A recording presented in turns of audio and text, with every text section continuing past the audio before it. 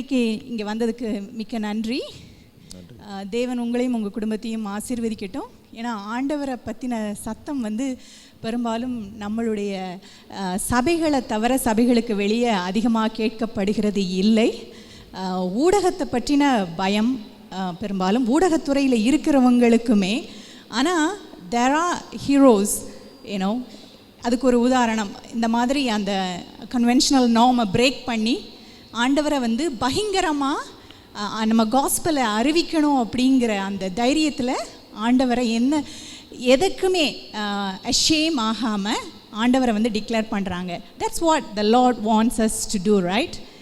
Anyway, இவர் அவரை பற்றின சில விஷயங்கள் உங்களுக்கு தெரிந்திருக்கலாம். இல்லை சில பேர் நம்மளுடைய சர்ச் கம்யூனிட்டியில் என்னென்னா படங்கள்னாலே ரொம்ப ஒதுங்கி இருப்பாங்க. அப்படி ஒரு நம்மளுக்கு எல்லாத்துலேயும் ஒரு எக்ஸ்ட்ரீமிசம் ஒன்று மொத்தமே பார்க்க மாட்டாங்க. அது பார்க்குறவங்களெல்லாம் பாவிகள் அப்படிங்கிற மாதிரி ஒரு பார்வை உண்டு. சில பேர் பார்க்காத மாதிரி நடிச்சுட்டு மற்றவங்களெல்லாம் குறை சொல்லிட்டு திருத்தனமாக பார்க்குறதும் உண்டு. ஆனால் நம்ம உண்மை என்னன்னா, நம்ம இருக்கிற காலகட்டத்தில் நமக்கு பல தொலைக்காட்சி ஒலி அலைகள் இருக்குது. 24 மணி நேரம் எல்லார் வீட்லேயும் கிட்டத்தட்ட டிவி வீட்டில் இருக்கிற நேரங்களில் அது ஓடிட்டே தான் இருக்கும். அதனால் சில விஷயங்களை நம்மளால் பார்க்குறத நம்ம தவிர்க்க முடியாது. அதுதான் உண்மை. I think we have to face that. And he studied in a Christian school, இல்லையா? நீங்கள் செகண்டரி ஸ்கூலில் கிறிஸ்டியன் ஸ்கூலில் அவர் கல்வி கற்றுக்கிறாரு. அதுக்கப்புறம் he has done masters degree in English literature, bachelor degree, இளங்கலை பட்டம் பெற்றிருக்கிறாரு இங்கிலீஷ் லிட்ரேச்சரில். அப்புறம் பல படங்கள், தமிழ் படங்கள் ஒரு கிட்டத்தட்ட ஒரு 10 படங்களை எழுதி தயாரித்திருக்கிறார். அது மட்டும் இல்லாமல் தெலுங்கு, ஒரு கன்னட படம் கூட நீங்கள் அதுக்கு இயக்குனராக பணியாற்றி இருக்கிறாங்க. எப்படி இந்த துறைக்கு நீங்கள் போனீங்களா? ஆண்டவர் உங்களுக்கு இந்த துறைக்கு போகிறதுக்கு வழிகாட்டினாரா? உங்களுடைய முதல்ல ஆரம்பம் சொல்லுங்கள், திரைத்துறைக்கு போனதையும் சொல்லுங்கள். Thank you Jesus. முதல்ல எல்லாருக்கும் சிங்கப்பூர் வாழ் கர்த்தருடைய பிள்ளைகள் எல்லாருக்குமே என்னுடைய வணக்கங்கள். ஒரு சின்ன மைண்ட் செட் பண்ணணுன்னு நான் நினைக்கிறேன். பொதுவாக நான் ரட்சிக்கப்பட்டது அப்படின்றது ஒரு காலமாக இருந்தாலும் முழுமையாக நான் கர்த்தருக்குள்ளே வந்த காலங்கள் பார்த்தீங்கன்னா என்னுடைய மைனா திரைப்படம், அதுலேருந்து தான் எனக்கு ஒரு பெரிய ஒரு ரொம்ப ஸ்ட்ராங் இன் ஃபெய்த் அப்படின்னு சொல்லலாம். ஸோ என்னுடைய திரைப்படங்கள் எந்தவித ஆபாசமோ இரட்டை அறுத்த வசனங்களோ ஒரு ஹீரோ வர்ஷிப்போ அந்த மாதிரி எதுவுமே இல்லாமல் ஒரு தமிழ் யூஷுவல் ஸ்க்ரீன் பிளே பேட்டர்ன்லேருந்து ரொம்ப வேற ஒரு ஜானரில் நான் ஒரு ஃபில்மிங்கை ஸ்டார்ட் பண்ணது கர்த்தருடைய கிருபை. அப்படி திரைப்படங்கள் எடுக்கும்போது தான் கர்த்தர் என்னை ஆசீர்வதித்தார். இது ஒரு பதிவாக நான் முன்னாடி சொல்லிக்கணும்னு நினைக்கிறேன். ஏன்னா பொதுவாக சினிமானோலே நான் ஒரு சில இடங்களில் சினிமாவோட ஸ்பெல்லிங்கை SIN ஆரம்பித்தவங்கலாம் இருக்கிறாங்க. சினிமாலாம் சொன்னாங்க, பாவத்தின் தாய் அப்படின்லாம் சொன்னாங்க நிறைய பேர். ஸோ அப்படிலாம் இல்லை. நான் என்னுடைய பணி, என் கையில் அந்த ரிமோட் கண்ட்ரோலை கர்த்தர் கொடுத்துருக்காரு. ஸோ அதை சரியாக எந்த சேனலில் நான் பிரயோகணுமோ அதை நான் பண்ணிக்கிட்டு இருக்கேன். நான் செய்யலை, கர்த்தர் எனக்கு அந்த கிருபை தந்திருக்கார். எனக்கு சினிமான்றது 2ஆம் பட்ச தொழில் தான். முதல்ல எனக்கு என்னுடைய கர்த்தருடைய வேலை, அவரை பற்றி அவருடைய நாமத்தை சொல்கிறது, அவருடைய சுவிசேஷத்தை எடுத்து சொல்கிறது தான் என்னோடய ஃபஸ்ட்டு ஜாபாக நான் நினைக்கிறேன். எனக்கு ஒரு ப்ரொஃபஷன் கொடுத்துருக்கார், அதை சின்சியராக அந்த சினிமா இண்டஸ்ட்ரியில் நான் செஞ்சிட்ருக்கேன். So I want to give a mindset, அவ்வளோதான். என்னுடைய திரைப்படங்கள் நான் வெளி திரைப்படங்கள் கூட அதிகமாக பார்க்கறதில்ல. நான் நேர்த்தியாக ஆபாசம் இல்லாமல் எந்த முகச்சுழிவும் இல்லாமல் எடுக்கிற திரைப்படத்தை எடுக்கும்போது அந்த திரைப்படத்துக்கு ஒரு வரவேற்பை இறைவன் எனக்கு கொடுக்குறாரு. அப்புறம் நீங்கள் கேட்ட கேள்வி, நான் சினிமாவுக்கு வரத்துக்கு முன்னாடி பார்த்தீங்கன்னா நான் ஒரு ஒரு ஒரு RC சமூகத்திலேருந்து வந்தேன், ஒரு ரொமன் கத்தோலிக்க குடும்பத்திலேருந்து வந்தேன். ஸோ ஒரு பெயர் கிறிஸ்துவன் தான். எனக்கு I know about Jesus, but அவரோடு நான் பயணிக்கவில்லை. அப்படி ஒரு பெயர் கிறிஸ்துவ வாழ்க்கையில் தான் நான் இருந்தேன்.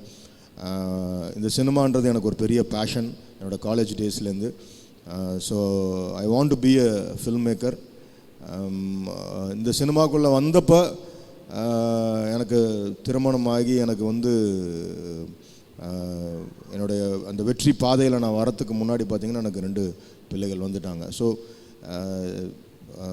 நீங்கள் உங்களோட கேள்விகள், அடுத்தடுத்த கேள்விகள் அதுக்கு தெளிவான ஷூர்.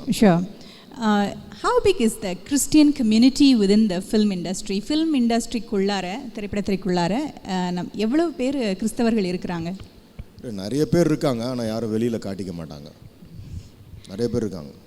உங்களுக்கும் திரு டி இமானுக்கும் உள்ள உறவு, அவரும் ஒரு கிறிஸ்தவர் இல்லையா? நீங்கள் 2 பேரும் சேர்ந்து அந்த கும்கிங்கிற படத்தில் பணியாற்றி இருக்கிறீங்க. என்னோட மைனா, கும்கி, கயல் எல்லாமே இமானுடைய இசை. ஓகே. அவரும் உங்களை மாதிரி ஆண்டவரை பற்றி பகிரங்கமாக கூறுவதுண்டா? இல்லை, கண்டிப்பாக. என்னென்னா, நான் ஆரம்பத்துலேருந்து அவர் கூட நான் பயணிச்சிருக்கேன், என்னோட லீ திரைப்படத்துலேருந்து. ஸோ என்னுடைய நெருக்கம் அவர் கூட நான் வந்து ஒர்க் பண்ண என்னோடய கம்போசிங்கே ஃபஸ்ட்டு பார்த்தீங்கன்னா நாங்கள் 2 பேருமே முழங்கால் படிக்கிட்டு பைபிள் படிச்சுட்டு அதுக்கப்புறம் தான் அந்த சாங் கம்போசிங்கை ஸ்டார்ட் பண்ணுவோம். ஸோ அதிலலாம் ரொம்ப நான் ஸ்ட்ராங்காக இருப்பேன், அவருக்கும் தெரியும். So without prayers I don't do anything. So என்னோடய சாங்ஸ் எல்லாமே பார்த்திங்கன்னா ஆண்டவருக்கு தான் நான் அர்ப்பணிப்பேன், அவருடைய ப்ரெசன்ஸ் இல்லாமல் நான் செய்ய மாட்டேன். So Imman comes with me. அந்த மாதிரி விஷயங்கள் இப்போ இன்னும் எனக்கு அந்த வளர்ச்சி தெரியும்ல, இப்போலாம் இன்னும் கொஞ்சம் ஆண்டவர் கூட நெருங்கி அவருடைய பயணம் ஆரம்பிச்சிருக்கு. இந்த கும்கிங்கிற படத்துக்கு வந்து சிறந்த திரைப்பட இயக்குனர் விருது வாங்கியிருக்கிறாரு. அவருக்காக உங்களுடைய கரவொலி எழுப்பி சொல்லுங்கள். அதே மாதிரி அந்த மைனா அப்படிங்கிற திரைப்படத்துக்கு பல விருதுகள் கிடைச்சிருக்குது, இசைக்கு மற்றும் பல விருதுகள் கிடைச்சிருக்கு. இப்போ இருக்கிற திரைப்பட தயாரிப்பாளர்களில் ஒரு சிறந்த முன்னணி தயாரிப்பாளராக, வளர்ந்து வரும் முன்னணி தயாரிப்பாளராக பார்க்கப்படுகிறார். உங்களுக்கு இறைவனுடைய அருள் எப்போதும் இருக்கட்டும். ஆண்டவர் வந்து உங்களுக்கு இன்ஸ்பிரேஷன் ஸ்டாரிஸ் எல்லாம் கொடுக்கட்டும். நம்மளுடைய விவிலியத்திலிருந்தும் பல கதைகள் உங்களுக்கு ஆண்டவர் கொடுக்கட்டும். இப்போது கிறிஸ்தவ சமூகம் இந்தியாவில், தமிழ்நாட்டில் அவங்க திரைப்படத்துறை மீது என்னதொரு அபிப்பிராயம் வைத்துள்ளார்கள்? அவர்களெல்லாம் திரைப்படம் பார்க்கக்கூடியவர்களா, இல்லை எப்படிப்பட்ட சமூகமாக இருக்கிறார்கள்? திரைப்படத்தை பற்றினா அவங்களுடைய பார்வை என்னவா இருக்கு? அப்படி இல்லை, 2 கேட்டகரி இருக்குது. ஒன்று வந்து இயேசுவை பற்றி தெரிந்தவர்கள், அதாவது ஒரு பெயர் கிறிஸ்துவர்களாக இருக்கிறவங்களுக்கு இந்த பிரச்சனை இருக்க போகிறது கிடையாது.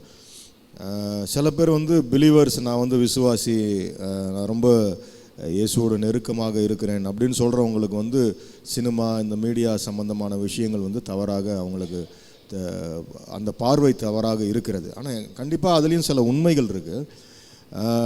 நான் சொன்ன மாதிரி ரிமோட் வந்து உங்கள் கையில் தான் இருக்குது. எந்த படத்தை பார்க்கணுன்னு இருக்குது, எந்த படத்தை பார்க்கக்கூடாதுன்னு இருக்குது.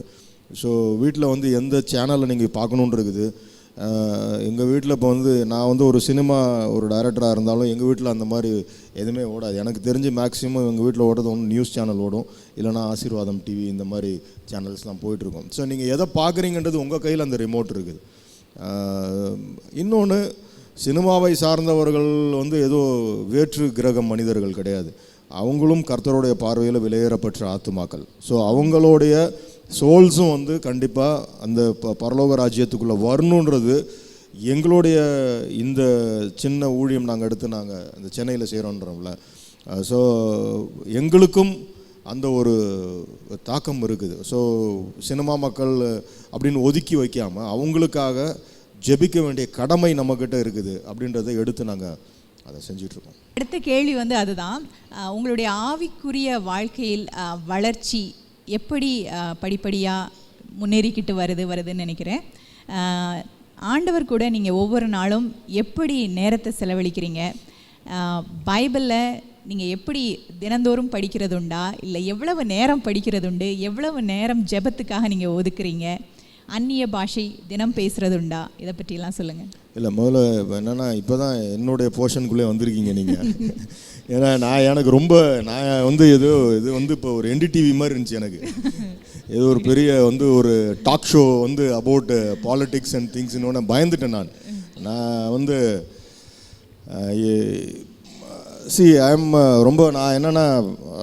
நான் வந்து ஒரு பெரிய ஞானஸ்தனோ ஒரு பெரிய நான் வந்து ஒரு சாதாரண நான் இன்னைக்கு தமிழ் சினிமாவில் வந்து 5 முன்னணி இயக்குநர்களில் கர்த்தர் என்னை கொண்டு போய் முதலிடத்தில் வச்சுருக்காரு, அவ்வளோதான். நான் வந்து ஒரு சாதாரண ஆள். முதல்ல வந்து நம்ம யாருன்றது அடுத்தவங்க சொல்லணும்னு நம்ம எதிர்பார்க்கவே கூடாது. ஏன்னா முகஸ்துதிக்கு நீங்கள் ரொம்ப நல்லவர் வருவீங்க, நீங்கள் ரொம்ப அழகாக இருக்கீங்க, நீங்கள் நல்லா பண்ணுறீங்கன்னு அவங்க சொல்லிட்டு போகலாம். ஆனால் நம்ம யாருன்றது முதல்ல நமக்கு தான் தெரியும். அந்த உண்மை எனக்கு தெரியும். அது மாதிரி எத்தனை பேருக்கு தெரிஞ்சிருக்குது இல்லை? நான் யார் என்பது எனக்கு தெரியும்.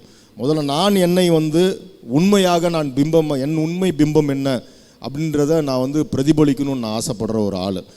ஸோ எனக்கு பெரிய அறிவெல்லாம் கிடையாது. நான் பெரிய ஸ்கூலிங்கில் வந்து பெரிய எனக்கு இந்த இந்த இந்த மேத்ஸு சயின்ஸுனாலே ஓடிடுவேன், நான் இருக்க மாட்டேன் நான்.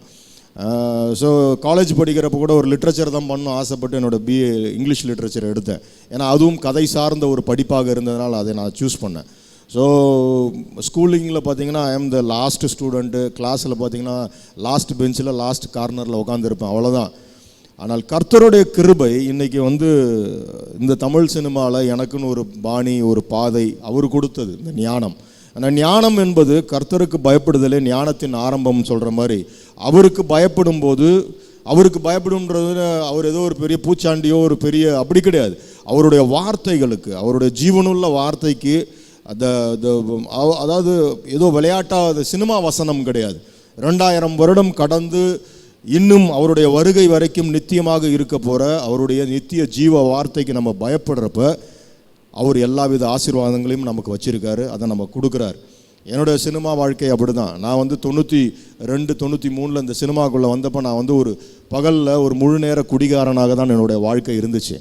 நான் அதிகமாக குடிப்பேன், மாணிக் சந்து, பான் பராக்கு, எல்லா போதை லகரி வஸ்துகளும் பயன்படுத்தக்கூடிய ஒரு மனிதனாக என்னுடைய ஒரு உளையான சேற்றில் என்னுடைய வாழ்க்கை இருந்துச்சு.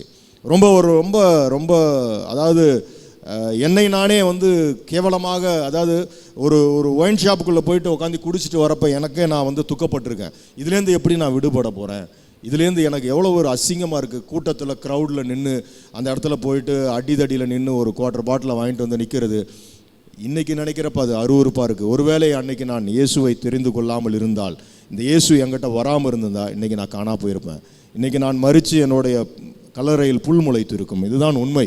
நான் அவரால் வந்து தொடப்பட்டிருக்கேன், அவருடைய கரம் பிடித்ததுனால இன்றைக்கி எனக்கு ஒரு உயர்வு கிடச்சிருக்கு. அதை நான் பகிரங்கமாக சொல்ல வேண்டிய ஒரு நேரத்தில் நான் இருக்கிறேன் நான். ஸோ என்னுடைய 93, 94 என்னுடைய மனைவி மட்டும்தான் ரட்சிக்கப்பட்டிருந்தாங்க. எனக்கு ரொம்ப கோபம் வரும், நிறைய கோவப்படுவேன். என் மனைவி மாமியார்லாம் எங்கள் வீட்டில் வந்து ஜெபம் பண்ணுறப்ப, எல்லாருமே வந்து பாடல் பாடிக்கிட்டு இருக்கிறப்ப எனக்கு கோவம் வரும். என்ன பிரச்சனை இவங்களுக்கு, இவங்க ஏன் அப்படி கத்திக்கிட்டு இருக்காங்க, ஏன் அல்லுலையான்னு கத்துறாங்க, பக்கத்தில் என்னென்ன நினைப்பாங்க, இப்படி தான் நினச்ச ஆள் நான். ஒரு பெரிய ஈடுபாடெல்லாம் எனக்கு கிடையாது. ஸோ இப்படி இருந்த ஒரு மனிதன் எப்படி அப்படின்றது எனக்கே இன்னும் வரைக்கும் ஆச்சரியமாக இருக்கிறது. இந்த ஆச்சரியத்துக்கான காரணக்கர்த்தா வந்து என்னுடைய தேவன் தான், வேற ஒன்றுமே கிடையாது. நான் அதிகமாக குடிச்சிட்டு 2 மணி 3 மணிக்கு நான் வீட்டுக்குள்ளே நான் நுழையிறப்ப வேற ஒரு இடத்துல வேற ஒரு பெண்மணி, ஒரு சராசரி மனுஷியாக என் மனைவி என் கூட சண்டை போட்டிருந்தா. டெய்லி இந்த மாதிரி குடிச்சிட்டு வந்தால் கதை திறக்க மாட்டேன், வெளியே போவேன், எங்கள் அம்மா வீட்டுக்கு போகிறேன்னு சொல்லியிருந்தா. நான் இவ்வளோ குடித்தவன் இவ்வளோ குடிக்க ஆரம்பிச்சிருவேன், பெருசாக குடிக்காரனாக இருப்பேன். ஆனால் என் மனைவி எனக்காக நான் போயிட்டு சட்டையை கழட்டி வச்சுட்டு திரும்புகிறப்ப என் மனைவி எனக்காக ஜெபிச்சிக்கிட்டு இருப்பாங்க, முழங்கால் படிக்கிட்டு. ஸோ சில விஷயங்கள் எனக்கு ஆச்சரியமாக இருந்தது. நான் ரொம்ப அந்த ஒரு ஆர்சி கம்யூனிட்டிலேருந்து வந்ததுனால ஒரு பாரம்பரிய ஒரு கிறிஸ்துவ வாழ்க்கை, சிலை வழிபாடுகள், சில சாங்கியங்கள், சம்பிரதாயங்கள், சில நாள் குறிப்புகள் பார்க்கறது, இப்படிலாம் நான் வந்து அடிமைப்பட்டு கடந்த ஒரு மனிதன் தான். அப்போ படிப்படியாக வந்து நான் இதுக்குள்ளே வரணும்னு நினச்சா கூட என்னால் வர முடியல. நான் வியாக்கியானம் பேசின ஆள் தான்.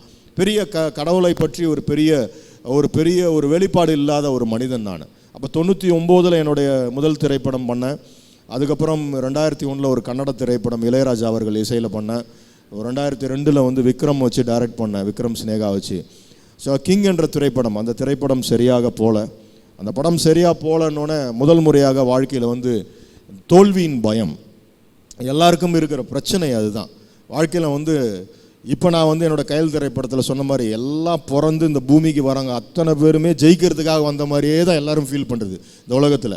ஸ்கூலுக்கு அனுப்புகிறப்பே 40 பேருமே ஃபஸ்ட் ரேங்க் எடுக்கணும்னு தான் எல்லார் வீட்லையும் சொல்லி அனுப்புகிறாங்க. யாராவது ஒருத்தர் தான் எடுக்க முடியும். ஆனால் இது யாருக்குமே தெரியாது.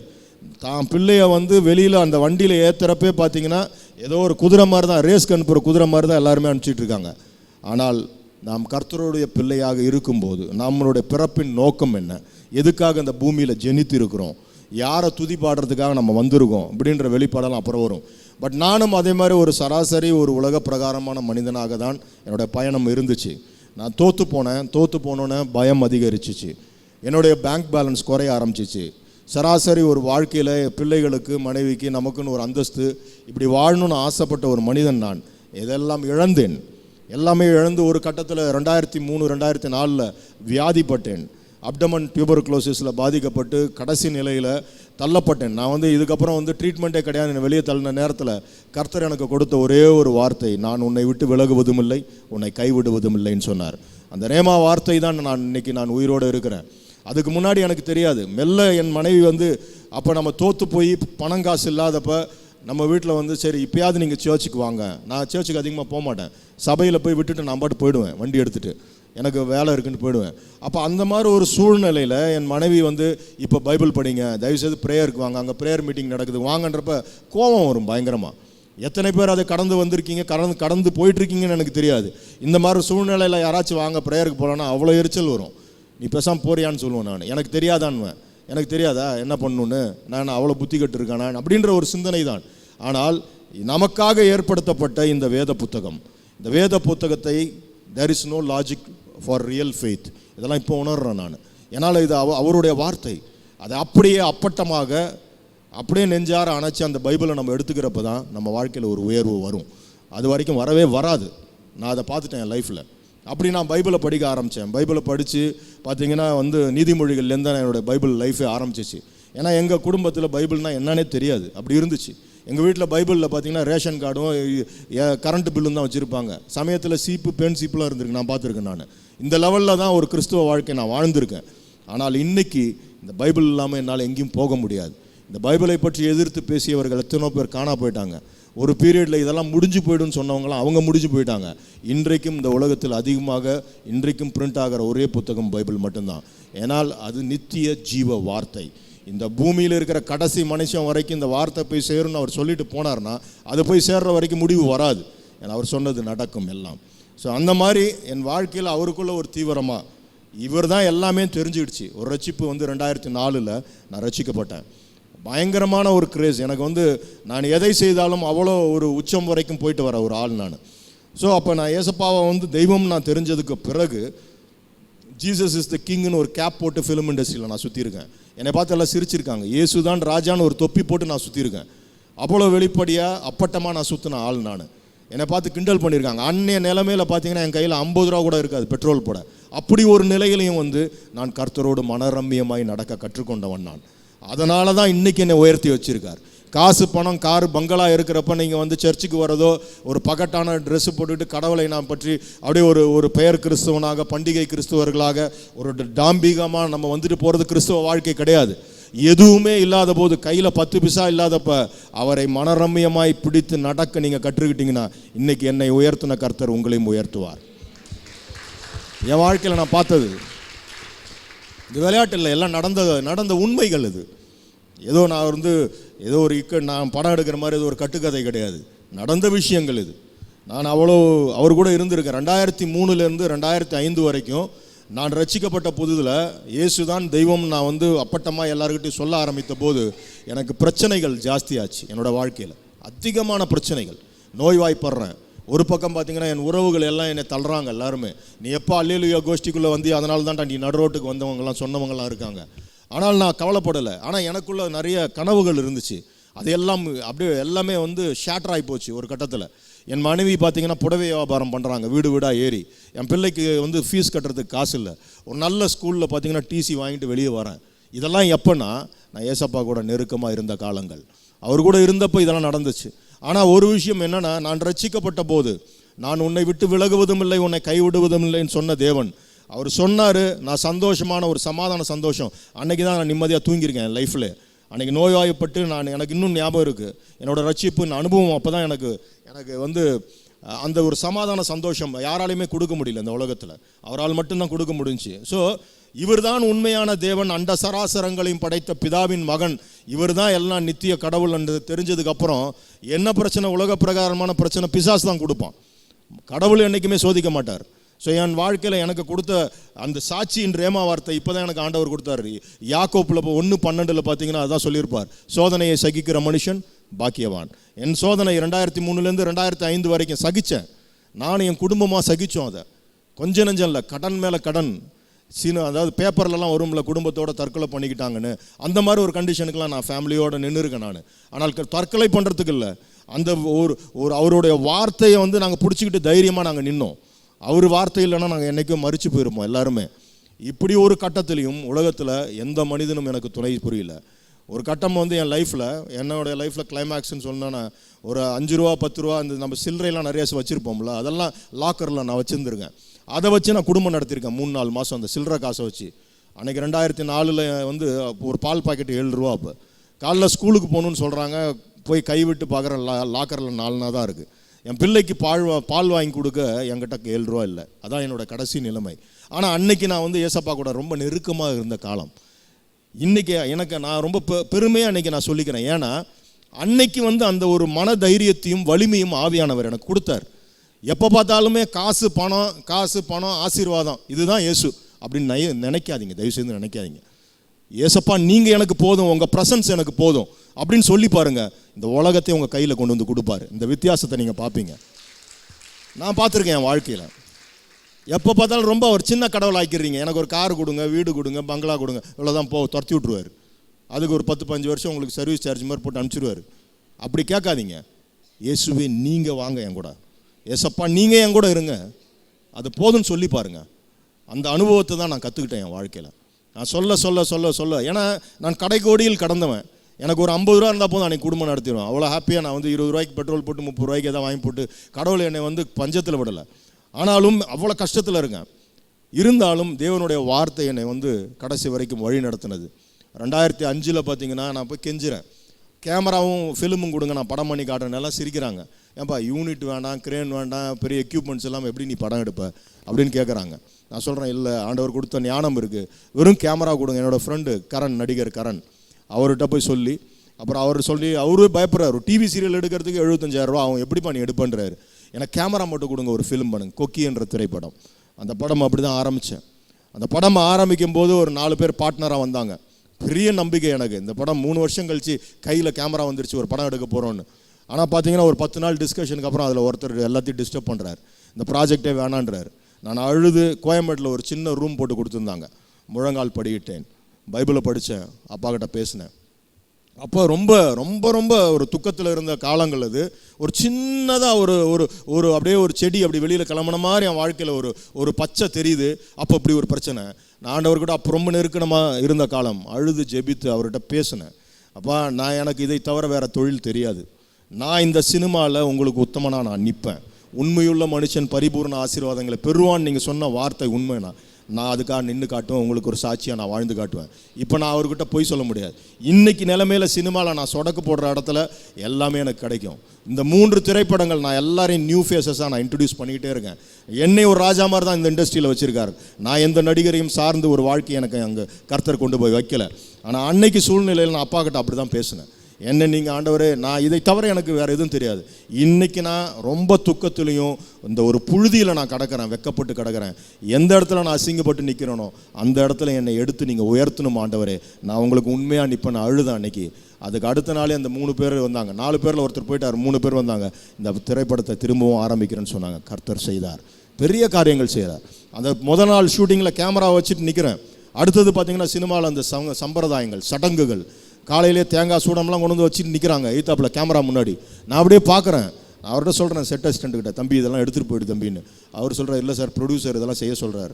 நான் சொல்கிறேன், இல்லைப்பா இதை எடுத்துகிட்டு போயிடு, இது எனக்கு பிடிக்காது, எடுத்துகிட்டு போய். இல்லை சார் தப்பாக எடுத்துப்பாங்க. ஹோல் யூனிட் நிற்கிறாங்க. அப்போ ஒரே ஒரு வார்த்தை தான் சொன்னேன், இதெல்லாம் செஞ்சு தான் என் சினிமா வாழ்க்கை ஆரம்பிக்கணும்னா இந்த சினிமாவே எனக்கு தேவையில்லைன்னு சொன்னேன். 2வது பக்தி வைராக்கியம். வாழ்க்கையில் எந்த இடத்துல இருந்தாலும் சரி, நம்ம இன்றைக்கி வீட்டுக்குள்ளே இருக்கோம், நமக்கு எந்த டிஸ்டர்பன்ஸும் இல்லை, ஆனாலும் ஒரு விக்கிரக ஆராதனை வாழ்க்கை நம்ம வாழ்ந்துட்டு தான் இருக்கிறோம். ஆனால் அந்த மாதிரி ஒரு இடத்துல எனக்கு எதுவுமே தேவையில்லை, நான் வந்து எனக்கு இந்த வேலையை போனாலும் சரின்னு சொல்கிற அளவுக்கு ஒரு பக்தி வைராக்கியத்தை ஆவியானவர் எனக்கு கொடுத்தார். கேமரா நாபில் கை வச்சேன், ஒரே ஒரு வார்த்தையை தான் ஆண்டவர் அன்றைக்கி எனக்கு கொடுத்தார். அந்த ஷாட் எடுக்கிறதுக்கு முன்னாடி, இதோ திறந்த வாசலை உனக்கு முன்பாக வைத்திருக்கிறேன், அதை இனி ஒருவனும் பூட்ட மாட்டான். அன்னைக்கு கேமரா ஆன் பண்ணது தான் இன்னைக்கு வரைக்கும் கர்த்தர் எனக்கு பெரிய பெரிய கதவுகளை திறந்து கொடுத்துட்டு போயிட்டுருக்காரு. எந்த தொழில் பண்ணுறோன்றது முக்கியம் இல்லை, சினிமாக்காரன் அவன் இவன் அப்படிலாம் கிடையாது. நான் இயேசுவுக்கு உண்மையாக அந்த இடத்துல நான் நிற்கும் போது இயேசு என்னை ஆசீர்வதிக்கிறார். அவருக்கு சாட்சியாக நான் நிற்கிறேன், அவ்வளோதான். உலகம் வேறு மாதிரி சினிமா, நான் மற்ற சினிமாவை நான் வந்து ஆபாசமாக அப்படிலாம் இருக்கிற சினிமா நான் எடுக்கிறது இல்லை. அப்படி எடுத்த ஆண்டவர் என் கூட இருக்க மாட்டார். ஏன்னா நான் பரிசுத்தர், ஆகையால் நீங்களும் பரிசுத்தராக இருங்கள் சொன்ன தேவன் அவர். அப்போ அவருக்கு பயந்து நம்ம அந்த இடத்துல நடுங்கி, அவர் வார்த்தைக்கு நடுங்கி அங்கே அவரோட கீழ்ப்படிந்து நடக்கிறப்ப என்னை அவர் உயர்த்தினார். அந்த படத்துக்கு அப்புறம் எனக்கு நிறைய ஓப்பனிங்ஸு, அந்த படத்தில் தான் நான் பிரபு சாலமன்ற பேர் அந்த படத்தில் தான் வச்சேன். ஏன்னா சினிமாவில் வந்து கிறிஸ்துவ பேரை வச்சுக்கிறதுக்கு அவ்வளோ யோசிப்பாங்க. அவ்வளோ நிறைய கிறிஸ்டியன்ஸ் இன்றைக்கி இருக்கிறாங்க. எல்லாருமே பெரிய பெரிய நல்ல பெரிய மியூசிஷியன்ஸு, நல்ல பெரிய லீட் டெக்னீஷியன்ஸ்லாம் வெளியில் சொல்லிக்க மாட்டாங்க. எனக்கு ஆச்சரியம், இவ்வளோ பெரிய உண்மையான தேவன், இப்படி உயிருள்ள தேவனை சார்ந்தவன் என்றதை நான் சொல்லி கொண்டு தான் இந்த சினிமாவில் இருக்கணும்னு பிரபுன்ற பேரோட சாலமன்ற பேரை நான் சேர்த்தேன். ஏன்னா நீதிமொழிகள் படித்து தான் நான் ரசிக்கப்பட்டேன். சாலமன்ற பேரோடு தான் அந்த படத்தில் நான் வெளியே வந்தேன். அதுக்கப்புறம் லீ என்ற திரைப்படம், கொக்கி, இது லாடம், இந்த மைனா என்ற திரைப்படம். என்னோடய வளர்ச்சி படிப்படியாக நீங்கள் கேட்டது மாதிரி நான் ஆவியானவர் இது நடத்திட்டு போயிட்டார். நான் வந்து நீங்கள் ஒரு கேள்வி கேட்டீங்க, நான் நிறைய சொல்லிட்டேன். நான் அதுக்கப்புறம் மைனாவுக்கு அப்புறம் தான் என்னோடய பெரிய பிரேக்கிங். எனக்கு அதாவது உங்களை வந்து முதல்ல வார்ம் அப் பண்ணோம். ஆமாம், நீங்கள் பல விஷயங்கள் சொன்னீங்க. ஆண்டவருக்கு ஸ்தோத்திரம். உங்களை வந்து அதிகமான இந்த திரைப்படத்துறையில் ஆண்டவர் அதிகமாக ஆசீர்வதித்து பாதுகாத்து வழிநடத்தி வருகிறார். நான் அந்த கேட்ட கேள்வியிலே இன்னும் அதே தான் திருப்பியும் கேட்குறேன். எவ்வளோ நேரம் ஆண்டவரோட தனிப்பட்ட முறையில் நீங்கள் தினம் நேரத்தை செலவழிக்கிறீங்க? இப்போதைக்கு வந்து நான் என்னுடைய அதாவது சென்னையில் வந்து என் தனி அறை ஜபம்ன்றது 1 மணி நேரம் காலையில், ஃப்ளெக்சிபிள் 45 minutes to 1 hour. அது இல்லைன்னா அந்த நாளே எனக்கு வந்து விளங்குற மாதிரி தெரியாது. இதுதான் உண்மை. ஏன்னா அது படிப்படியாக ஆரம்பிச்சிச்சு. இப்போ நான் மைனா திரைப்படம் பார்த்திங்கன்னா, மைனா பண்ணுறப்ப ரொம்ப ஆரம்ப நிலை, கொஞ்சம் கொஞ்சமாக தான் வரேன். அந்த சூழ்நிலையிலும் பார்த்திங்கன்னா காடு மலை ஏறி அவ்வளோ டயர்டாக இருக்கும். எத்தனை மணிக்கு வந்தாலும் ஆண்டவர்கிட்ட முழங்கால் படிக்கிட்டு நான் வந்து ஒரு சின்ன ப்ரேயர் பண்ணிவிட்டு தேங்க்ஸ் பண்ணிவிட்டு படுப்பேன். காலையில் 4:30 மணிக்கு எந்திரிப்போம். குளித்து முடித்தோன்னே முழங்கால் படிக்கிட்டு அப்பா கூட பேசிட்டு பைபிள் படிச்சுட்டு, இன்றைக்கி நாளை நீங்கள் எடுத்து நடத்துங்க ஆண்டவரே, உங்கள் சமூகம் எனக்கு முன்பாக செல்லட்டும், எல்லாமே அவர்கிட்ட ஒப்பு கொடுத்துட்டு. மைனாவில் பார்த்தீங்கன்னா ஒவ்வொரு ஷாட்டுமே, இன்றைக்கி நான் சொல்லுவேன், ஒரு ஷாட்டுமே ப்ரேயரில் வச்சு எடுத்த படம் தான் அது. ஏன்னா அன்றைக்கி என்கிட்ட ஃபைனான்ஸ் இல்லை. 1.5 லட்ச ரூபா தான் இருந்துச்சு அந்த படம் எடுக்கிறப்ப. 1.5 லட்ச ரூபா வச்சுட்டு அப்புறம் படம் எடுக்க போகிறேன்னு எல்லாம் கிண்டல் பண்ணாங்க. அவர் வந்து அவாந்திர வெளியில் ஆறுகளை உண்டாக்குற தேவன். அப்போ அப்படி நான் படிச்சுட்டு போகிறப்ப அதை நான் விசுவாசத்தை நான் கிரியையில் செயல்படுத்தி பார்க்கணும். எனக்கு ஒரு பிளாட்ஃபார்ம் கிடச்சிருக்கு. அப்போ அதை நான் செஞ்சு பார்த்தேன் அதெல்லாம். ஸோ அந்த படத்தில் பார்த்தீங்கன்னா சில இடங்கள், ஒரு எக்ஸாம்பிள் பார்த்தீங்கன்னா அந்த இன்டர்வல் பிளேஸ்மெண்ட் இருக்கும் மைனாவில். பார்த்தீங்கன்னா இவங்க 3-4 பேர் வந்து ஒரு இடத்துல திசை மாறி நிற்பாங்க. அப்போ ஒருத்தன் வந்து சொல்லுவான், இது வந்து தமிழ்நாடு கிடையாது, கேரளான்வான். அப்போ அந்த இடம் ரொம்ப ஒரு வேலி, ரொம்ப அழகாக இருக்கும் அந்த வேலி. நான் லொக்கேஷன் பார்க்க போனப்போ பியூட்டிஃபுல்லாக இருந்துச்சு.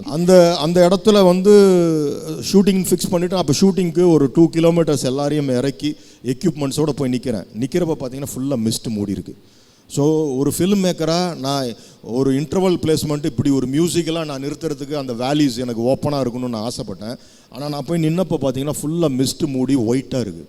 ஹோல் யூனிட் அப்படியே நிற்கிது. நான் வந்து அன்றைக்கி கையில் காசும் இல்லை, ரொம்ப சிக்கனமாக படம் எடுத்துகிட்டு இருந்த டைம். நான் டக்குன்னு உலகப்பிரகமான மனிதனாக இருந்தால் என்ன பண்ணுவோன்னு வெயிட் பண்ணுவான், இல்லைனா பேக்கப் பண்ணிட்டு போயிடுவான். ஆனால் நம்ம வந்து கர்த்தருடைய பிள்ளைகள், நான் அப்படி தான் பயன்படுத்துவேன். தனியாக அப்படியே நடக்க ஆரம்பித்தேன். தம்பி ராமையா ஆர்டிஸ்ட்லாம் கிண்டல் பண்ணுவாங்க, இந்த அவரு பாரு ப்ரேயர் பண்ண போயிட்டாருப்பா அப்படின்வாங்க. அதை பற்றி நான் கவலைப்பட மாட்டேன். என் பிதாவோடு நான் பேச போகிறேன், அவ்வளோதான். நான் நடந்து போனேன்.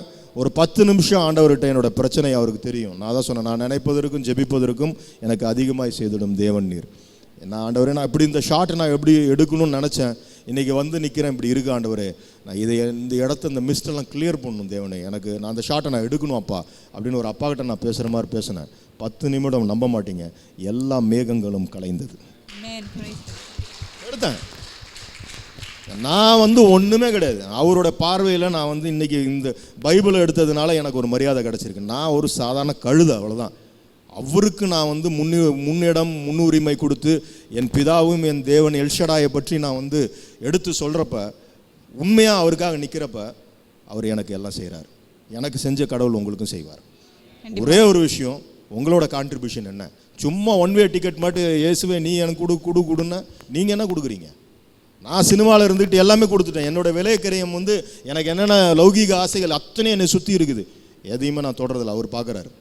அப்போ நான் வந்து ஒரு விலைக்கரையை அந்த இடத்துல வைக்கிறேன். ஆண்டவரே, நான் இதெல்லாம் செய்ய மாட்டேன் உங்களுக்காக. அப்போ அவர் எனக்கு செய்கிறார் எல்லாமே. முதலாவது அவருடைய ராஜ்யத்தை தேடும்போது இதெல்லாம் உங்களுக்கு கூட கொடுக்கப்படுன்ற மாதிரி எனக்கு அவர் செய்கிறார்.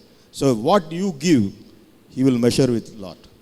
உங்களுக்கு பைபிளில் பிடித்த விவிலிய கதை எது? எந்த கேரக்டர் உங்களுக்கு ரொம்ப பிடிக்கும்? And who to you identify your self with? எனக்கு வந்து சூப்பர் ஸ்டார் வந்து பவுல் தான். ஏன்னா நான் சமீபத்தில் வந்து பவுல் அடிகளாரை பற்றி ஒரு திரைப்படம் பண்ணணும்லாம் எனக்கு ப்ரேயர் இருக்குது. ஹாலிவுட்டில் பண்ணணுன்னு எனக்கு ஆசை. ஐ want to do it properly.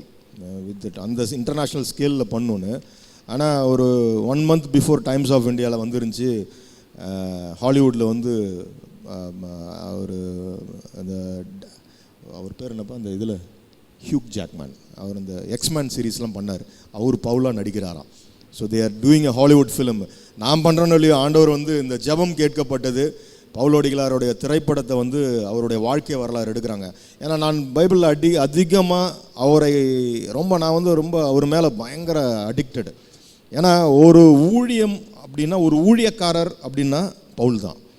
அவர் வந்து அவர் அப்பட்டமாக ஆண்டவருடைய வார்த்தையை கரெக்டாக பிடிச்சி ஆண்டவருக்காக நேசித்து தன்னையே தியாகம் பண்ணி, அவர் பார்க்காத நாசம் மோசம் இல்லை, நிர்வாணம் இல்லை, அவர் படாத பாடுகள் இல்லை, கப்பல் சேதங்கள் இல்லை. அவரை பற்றி படிக்கிறப்ப is one of the last action hero. என்னை பொறுத்த வரைக்கும் அவர் தான் லாஸ்ட் ஆக்ஷன் ஹீரோ.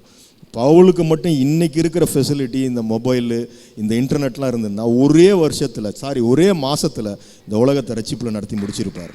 நிச்சயமா.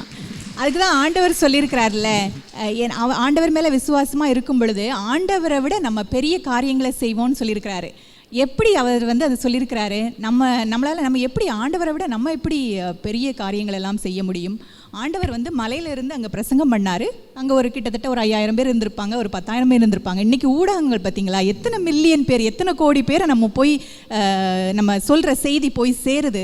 அதுதான் ஆண்டவர் வந்து அவரோட பெரிய காரியங்களை செய்வோம். வருஷத்துக்கு முன்னாடி ஏசப்பா வந்து ஒலிவ மலையில் சொன்னார்ல, இந்த பூமியில் இருக்கிற கடைசி மனுஷன் வரைக்கும் இந்த வார்த்தை போய் சேர்ற வரைக்கும் இந்த பூமிக்கு முடிவு வராதுன்னு. அப்போ 2000 வருடம் முன்னாடி சொன்னப்போ எல்லாருக்குமே ஆச்சரியமாக இருந்திருக்கும். பூமியோட கடைசி ஆண்டவருக்கு தெரியும், media is going to play a big part. Definitely. Yes. Okay. And he will definitely link all the people in the media industry and church. All will come together to stand in the last days for the Lord.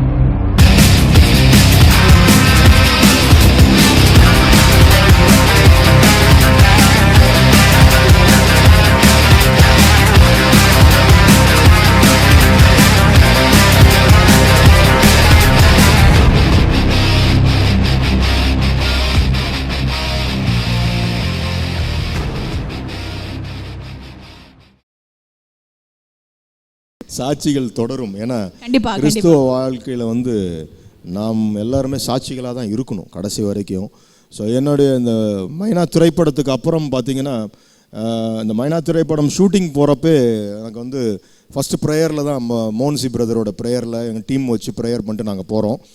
அப்போ prayer பண்ணிவிட்டு அவர் சொன்ன ஒரு வார்த்தை, brother ஆண்டவர் உங்களுக்கு கொடுக்குற வார்த்தை வந்து உன் பெயரை பெருமைப்படுத்துவேன் அப்படின்னு சொன்ன வார்த்தையை தான் அவர் எனக்கு கொடுத்தார். அப்போ நான் சொன்ன மாதிரி இந்த 1.5 லட்ச ரூபா தான் எடுத்துகிட்டு போகிறேன், வேறு ஒன்றுமே கையில் கிடையாது. அந்த திரைப்படம் ஒவ்வொரு நாளும் நான் சொன்ன மாதிரி ப்ரேயரில் முடிஞ்சிச்சு. அந்த படத்தோட போஸ்ட் ப்ரொடக்ஷன் பார்த்தீங்கன்னா, நான் முடிக்கிறப்ப கிட்டத்தட்ட 1,40,00,000 கடனில் இருந்தேன். அந்த படம் முடிக்கிறப்ப என் பார்ட்னர் பயந்தான். அதில் ஒரு இன்ட்ரெஸ்டிங்கான ஒரு விஷயம் நான் சொல்லி முடிக்கணும். ஏன்னா நான் என்னோடய சாட்சியில் வந்து 3 விஷயம் நான் பாயிண்ட்டை சொல்லுவேன். இன்றைக்கி இந்த அளவுக்கு நான் உயர்ந்து நிற்கிறேன்னா முதல் விஷயம் முறுமுறுப்பு. என் வாழ்க்கையில் முறுமுறுப்பே கிடையாது. என்ன சூழ்நிலை வந்தாலும், என்ன பிரச்சனைகளை நான் கடந்து வந்தாலும், நானும் சரி, என் மனைவி, என் பிள்ளைகள் முறுமுறுக்கிறதே கிடையாது. ஏன்னா ஆண்டவருக்கு பிடிக்காத ஒரு விஷயம் முறுமுறுப்பு. ரெண்டாவது வந்து பக்தி வைராக்கியம். எந்த இடத்துல வந்து யாருக்காகவும் நான் விட்டு கொடுத்து இந்த உலக பிரகாரமான பொருளுக்காகவோ, வேலைக்காகவோ, பணத்துக்காகவோ என் தேவனை நான் விட்டு கொடுக்கவே மாட்டேன். அந்த இடத்துல நான் ரொம்ப வைராக்கியமாக நிற்பேன். அந்த வேலையே போனாலும் சரின்ட்டு வெளியே வந்துக்கிட்டே இருப்பேன். இது போனாலும் ஆண்டவர் பெரிய கதவை எனக்கு திறந்து கொடுப்பார். நான் அதை பார்த்துட்டேன். ரெண்டாவது பக்தி வைராக்கியம். மூணாவது விசுவாசத்தை கிரியையில் செயல்படுத்தி பார்க்கணும். ஒரு சின்ன எக்ஸாம்பிள் அதை சொல்லி முடிக்கிறேன். மைனா படத்தில் பார்த்தீங்கன்னா ஒரு 14th அன்னைக்கு நான் ஷூட்டிங் கிளம்பிட்டேன், ப்ரேயர் முடிச்சுட்டு. 21ஆம் தேதியிலேருந்து செப்டம்பர் 21, 2009 ஷூட்டிங்கு. ஒரு 18ஆம் தேதி போல் எனக்கு ஒருத்தர் 5 லட்ச ரூபா தரேன்னார் திருப்பூரில். ஸோ அவரை நம்பி தான் ஹோல் யூனிட்டை நான் வர வைக்கிறேன். நான் ஷூட்டிங்க்கு பார்த்தீங்கன்னா கையில் காசு இல்லை. நான் தான் எல்லாருக்கும் சொல்லுவேன், இப்போ சொல்லுவேன், உலகத்தில் இருக்கிறவங்க வந்து எல்லாமே வச்சுக்கிட்டு தான் நான் வியாபாரம் பண்ணலான்னு உலகத்தில் இருக்கிறவங்க தான் சொல்லலாம். ஆனால் எதுவுமே இல்லாமல் வெறுங்கையில் முழம் போட முடியும்னா விசுவாசிகளாக நம்மளால் முடியும். அதை நான் பார்த்துட்டேன் லைஃப்பில். ஏன்னா 2 அப்பம் 5 மீன் கதை தான். அவர்கிட்ட அப்பா கிட்ட உண்மையாக இருந்து, இவ்வளோ தான் அப்பா என்கிட்ட இருக்குது, என் வியாபாரத்தை வந்து நீங்கள் வளர்த்து கொடுங்கன்னா அவர் செய்வார், அவருக்கு நம்ம உண்மையாக இருக்கிறப்ப. அதே மாதிரி நான் 18ஆம் தேதி வந்து போகிறேன், திருப்பூர் போகிறேன். நானும் என்னோடய பார்ட்னரும், வினித் கோகியான்னு அவரோட பேர், ஒரு சேட், அவர் நார்த் இந்தியன். அவர் 5 லட்ச ரூபா தரேன் இருந்தார். போய் அவரோட ஆஃபீஸில் இறக்குற ஒரு டெக்ஸ்டைல் மில் வச்சுருக்கார். அப்போ அவர் காலையில் என்னை ரிசீவ் பண்ணிவிட்டு, என்ன பிரபு அப்படின்னாரு. இல்லை சார், இந்த 21லேருந்து ஷூட்டிங் ரெடி பண்ணிட்டேன். அப்படியா? இல்லை சார், அந்த 5 lakhs வாங்கிட்டு போகலான்னு வந்தேன். அவர் ரொம்ப கூலாக, இல்லைப்பா இப்போ சினிமானா ஃபைனான்ஸ் பண்ண வேண்டான்னு வீட்டில் சொல்கிறாங்க, பெரிய எதிர்ப்பாக இருக்குது, விட்டுருங்களேன் அப்படின்றார். எனக்கு ஒரு நிமிஷம் பயங்கர ஷாக்கு. என் பார்ட்னர் பயந்து போய் நிற்கிறான். ஏன்னா அதை நம்பி தான் நான் இருக்கேன். அந்த 5 லட்ச ரூபா வச்சு ஒரு 10 நாள் ஷூட்டிங்கு. அதுக்கப்புறம் இன்னொரு இடத்துல ஒரு 2 ரூபா கேட்டிருக்கேன். எப்படி போயிடுச்சு? இப்படி தான் பண்ணது மைனா படம். அப்போ அவர் இப்படி சொல்கிறாருன்னு நான் திருப்பி கேட்குறேன். சார், உங்களை நம்பி தான் சார் எல்லோரும் வர வச்சுட்டேன் அப்படின்னு. தப்பாக எடுத்துக்காதீங்க பிரபு, காஃபி சாப்பிட்றீங்களா அப்படின்றார். கட் பண்ணுறாரு, அந்த டாப்பிக்கே கட் பண்ணுறாரு. அப்போ இதுதான் பிளாட்ஃபார்ம். ஏன்னா எனக்கு ஆண்டவர் கொடுத்த வார்த்தை, உன் பெயரை பெருமைப்படுத்துவேன்றார் ஷூட்டிங் போகிறதுக்கு முன்னாடி. அப்போ நான் கிளம்பிட்டேன். அப்போ நான் வெக்கப்பட்டு நிற்க மாட்டேன். ஏன்னா அவர் சொல்லிட்டார். அப்போ என்னை இதை கைவிட மாட்டார். நான் சொல்கிறேன் என் பார்ட்னர்கிட்ட, தம்பி நீ இருந்து வாங்கிட்டு வா. டேய், அவர் இல்லைன்றார், நீ உட்காருன்ற, நீ உட்காரு, அவர் தருவார். அவர்கிட்ட சொல்கிறேன். அவர் வேறு வேலையை பார்க்க போகிறாரு. நான் சொல்கிறேன், நீ உட்காருப்பா, நான் போகிறேன், வேறு வேலை இருந்துச்சு எனக்கு மூணாரில், நீ வாங்கிட்டு வா. எங்கே வாங்கிட்டு வா? அவர் தான் இல்லைன்றாரு, நீ உட்காருன்ட்டு வந்துட்டேன். பார்த்தா ஈவினிங் வரான். நான் பெல் மவுண்ட்னு ஒரு ஹோட்டல் மூணாரில் உட்காந்துருக்கேன். ரிசப்ஷனில் அவன் வந்தான். அவன் முகத்தை பார்க்குறேன் நான். அவ்வளோ அப்போ வந்து ஆண்டவர்கிட்ட நான் ஒப்பு கொடுத்துட்டேன். அவ்வளோதான், ஆண்டவரை நீங்கள் பார்த்துங்க, அவ்வளோதான். இந்த பயங்கர உச்சத்தோட, விசுவாசத்தோட உச்சம் என் வாழ்க்கையெல்லாம். அப்போ உட்காந்துருக்கேன். அவன் வரான். வந்தோன்னே சிரித்தான். சரி, ஏதோ ஒரு மேஜிக் நடந்திருக்கு, ஆண்டவர் எதோ செஞ்சுருக்காருன்னு மட்டும் தெரியும். செக்கை வாங்கி பார்த்தேன். 10 லட்ச ரூபாய்க்கு செக்கு போட்டு கொடுத்துருந்தார். ஹல்லேலூயா. இது நடந்த ஒரு விஷயம். அதாவது அவரை இன்ட்ரடியூஸ் பண்ணி வச்சார்ல, வினித் கோகியாவை இன்ட்ரடியூஸ் பண்ணி வச்சார், தீரஜ்னு ஒருத்தர். அவர் எனக்கு ஃபோன் பண்ணுறாரு. எப்பா என்னப்பா நடந்துச்சு? அவர் புலம்புறாருப்பா, வினித் நான் எப்படி செக்கு போட்டேன்னு எனக்கே தெரியல, போட்டு கொடுத்துட்டேன், வந்துருமா அப்படின்லாம் கேட்குறாருன்னு. நான் சொன்னேன், அதெல்லாம் வந்துடும், கவலைப்படாதீங்கன்னு. ஆண்டவர் செய்தார். அப்போ முழுமையாக அவரை நோக்கி, அவருடைய வார்த்தைக்கு கீழ்ப்படிந்து விசுவாசத்தில் எல்லாத்தையும் நம்ம வந்து, நான் அநேகர் வந்து இன்றைக்கி பிரச்சனை என்னென்னா, எல்லாருமே நான் பிலீவர்னு சொல்கிறீங்க, அவ்வளோதான், ஒரு முத்திரை கிடச்சிருச்சு உங்களுக்கு, நான் பிலீவர், நான் ஒரு விசுவாசி. சத்தியமாக கிடையாது. Believer I know Jesus, all know Jesus, வேர்ல்டுகள் எல்லாருக்குமே தெரியும் ஜீசஸ்னு. Are you living with Jesus? வித்தியாசம் இருக்குது. நீங்கள் இயேசுவோடு வாழ்கிறீங்களா? இயேசுவோடு வாழும்போது தான் இந்த அனுபவத்தை பெற முடியும். இயேசுவை எல்லாமே எனக்கு ஏசப்பா. இப்போ சமீப காலத்தில் ஏசப்பா தான் என்னோடய பார்ட்னர். நான் அப்படி தான் வச்சுருக்கேன். என்னோடய பிஸ்னஸ் பார்ட்னர் வந்து ஏசப்பா, அவ்வளோதான். அவரோட ஒரு பெரிய பார்ட்னர் உலகத்தில் யாருக்கா கிடைக்குமா? கிடைக்காது. அப்படி நீங்கள் உங்களை முன்னிறுத்திக்கணும். நான் அன்னைக்கு எனக்கு தெரிந்த என்னுடைய லெவல் ஆஃப் பிரெயினுக்கு நான் வச்சிருந்த விசுவாசத்தில் ஆண்டவர் அந்த ப்ராஜெக்ட் நடந்துச்சு. அந்த ப்ராஜெக்ட் முடிக்கிறப்ப பார்த்தீங்கன்னா 1,40,00,000 கடனில் இருந்தேன். என் பார்ட்னர் பயந்தான், வட்டி மேலே வட்டி. நான் சொன்னேன், இம்மட்டும் நடத்தின தேவன் அதையும் நடத்தி முடிப்பார். அவ்வளோதான், நீ ஏன்டா டென்ஷனாக வர? விசுவாசி பதறான். வார்த்தைகள் தான் சொல்லுவான், அவன் புலம்பிகிட்டே போயிடுவான். எதுக்கு எடுத்தாலும் இதே சொல்லிட்டு போகிறப்பா நீன்னு. நமக்கு தெரிஞ்சது அவ்வளோதான். ஏன்னா அவர் உண்மையை எனக்கு தெரியும், அவர் நடத்துவார். அந்த படம் ஃபஸ்ட்டு சேட்டலைட் ரைட்ஸ் வந்து விஜய் டிவி தான் வாங்கினாங்க, மைனாவோட ரைட்ஸ். அன்றைக்கி வந்து தமிழ்நாடோட கவர்மெண்ட் பார்த்திங்கன்னா DMK government. Udhayanidhi Stalin red giant movies தான் அவங்களோட தியேட்டர்ஸ் எல்லாமே அவங்க கையில் இருக்குது. அப்போ ஒரு படம் எடுத்து ரிலீஸ் பண்ணுறது அவ்வளோ கஷ்டம். இப்போ இப்படி ஒரு சூழ்நிலை நான் ஒரு சின்ன நியூ ஃபேஸை வச்சுக்கிட்டு, அன்றைக்கி அமலா பால்னா யாருன்னு தெரியாது, வித்யார்த்தி யாருன்னு தெரியாது, இமான் யாருன்னு தெரியாது, இவங்களை வச்சு ஒரு படம் பண்ணியிருக்கேன் நான். ஸோ திடீர்னு ஃபோன் வருது எனக்கு விஜய் டிவிலேருந்து, உதயநிதி ஸ்டாலின் உங்கள் படத்தை பார்க்கணுன்றாரு. அப்போ அவங்க வந்து குருவி, ஆதவன் பெரிய பெரிய படங்கள் பண்ணியிருக்காங்க. எனக்கு அப்படியே யோசிக்கிறேன், சரி சார்னா அப்போ அன்றைக்கி தியேட்டருக்கு அலையிறேன், தியேட்டரு கிடைக்கல போடுறதுக்கு. நான் அவர்கிட்ட சொல்கிறேன், சார் தியேட்டர் கிடைக்கல, ப்ரிவியூ தியேட்டரு இருங்க அப்படின்னு திருப்பி கூப்பிட்றாரு. அப்போ சினிமாவில் இன்னொரு பெரிய ஜாம்பவான் ஏஜிஎஸ் கல்பாத்தி அகோரம், மதராசப்பட்டினம், அவன் இவன் பெரிய பெரிய படங்கள் பண்ணவர், அவர் வீட்டிலே தியேட்டர் இருக்குது, நீங்கள் அங்கே வந்து போடுங்க. இல்லை சார் இவர் எப்படி வந்து, அதை நான் பார்த்துக்கிறேன்றார். இப்போ ஒருத்தர் பார்க்க வேண்டிய இடத்துல 2 பெரிய ஜாம்பவான்கள் மைனா திரைப்படத்தை பார்த்தாங்க. இது வந்து நம்மளுடைய சக்திக்கு நடக்காது, கர்த்தர் செய்வார். பிள்ளையை உயர்த்தணும்னு முடிவு பண்ணிட்டார்னா நேர்த்தியாக செய்வார். அந்த வீட்டுக்கு போகிறேன், அவர் வீட்டில் லிஃப்ட் இருக்குது, வீட்டுக்குள்ளே லிஃப்ட் இருக்கும் ஏஜிஎஸ் அவங்க வீட்டில். ஸோ அவங்க வீட்டில் போய் கியூப் அந்த பிரிண்ட்டை போட்டுட்டு மைனா பிரிண்ட்டை போட்டு கீழே வெயிட் பண்ணுறேன். அப்போ ஒருத்தர் வராரு, என்ன நீங்கள் டைரக்டர் நான் அப்படின்னு, அப்படியே உட்காருங்க, வெள்ளி டம்ளரில் காஃபி கொண்டு வந்து தராங்க. அந்த கண்கள்லாம் கலங்கியது. நம்மளோட வியாபாரத்தை கர்த்தர் அப்படி தான் வெள்ளி டம்ளரில் தான் ஆரம்பித்து வைப்பார். ஒரு விஷயம் பொறுமையாக இருக்கணும். எனக்கு அதான் சோதனையை சகிக்கிற மனுஷன் பாக்கியவான். அவன் வந்து கர்த்தருடைய பார்வையில் வந்து உத்தமன் என்று அவர் கண்ட பின்பு அதுக்கப்புறம் தான் ஜீவகிரீடத்தை எடுத்து மேலே வைப்பார். நம்ம கொஞ்சமாக அவருக்கு நம்ம உண்மையாக இருக்கோம்னு அவருக்கு தெரியணும். தெரிகிற அளவுக்கு நம்ம சகிச்சு இருந்தோம்னா கண்டிப்பாக கர்த்தர் உயர்த்துவார். அன்னைக்கு அந்த படத்தை 2 ஃபேமிலி பார்த்தாங்க, வெளியே வந்தாங்க, கை கொடுத்தாங்க. ஒரு சாட்டர்டே மண்டே என்னை கூப்பிட்டாங்க, கூப்பிட்டு ஒன்றுமே பேசலை, ஒரு 10 நிமிஷம் தான் அந்த மீட்டிங் ரெட் ஜெயின் மூவிஸில். கூப்பிட்டு பேசிட்டு இந்த மைனா படத்தை நாங்கள் வாங்கிக்கிறோம் நாங்கள். ஹல்லேலூயா. ரொம்ப லேசாக முடிஞ்சிச்சு எல்லாமே. தியேட்டர்ஸ் நம்ம நினச்சி கூட பார்க்க முடியாது, ஓவர் தி ஃபோன் எல்லா தியேட்டர்ஸும் அவங்க போடுறாங்க.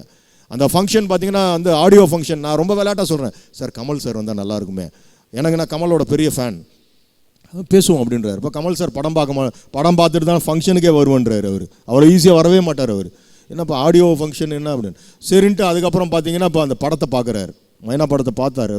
ஒரு 1/2 மணி நேரம் படம் முடிந்து என் தோளில் கை போட்டு பேசிகிட்டே இருந்தார் கமல் சார். அவ்வளோ ஈஸியாக பேச மாட்டார், கர்த்தர் செய்வார். யாரையெல்லாம் கூட்டி சேர்க்கணுமோ அப்படி சேர்த்தார். அந்த படம் ரிலீஸ் ஆச்சு. அந்த படத்தோட ஆடியோ ஃபங்க்ஷனில் கமல் சார் பேசுனது இப்பயும் யூடியூப்பில் இருக்குது, நீங்கள் பார்க்கலாம். கமல் வந்து ரொம்ப ரொம்ப கேஷுவலாக சொல்லியிருப்பார், இந்த திரைப்படம் எப்படி ஓடும் என்று ஆருடம் சொல்ல தெரியாது, ஆனால் இந்த திரைப்படத்தோட 100வது நாள் அன்று மீண்டும் வந்து பேசுவேன் அப்படின்னார். கர்த்தர் செஞ்சார். அந்த படம் ரிலீஸ் ஆகி ஒரே வாரத்தில் பாக்ஸ் ஆஃபீஸில் எங்கேயோ போச்சு மைனா. 1 வீக் கழிச்சு ரஜினி சார் என்ன கம்பெனி கூப்பிட்டு சொல்கிறார் படம் பார்க்கணுன்றார்.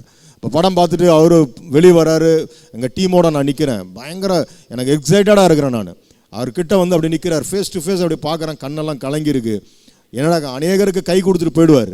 அவர் பார்த்துட்டு இப்படி பார்த்தாரு, பார்த்துட்டு ஒரே ஒரு வார்த்தை தான் சொன்னார், என்னை கட்டி பிடிச்சி ஒரு முத்தம் கொடுத்துட்டு அந்த வார்த்தையை சொன்னார், இந்த படத்தில் ஒரு சின்ன வேஷம் கிடைக்கலன்ற வேதனையோடு நான் போகிறேன்ட்டு போயிட்டார்.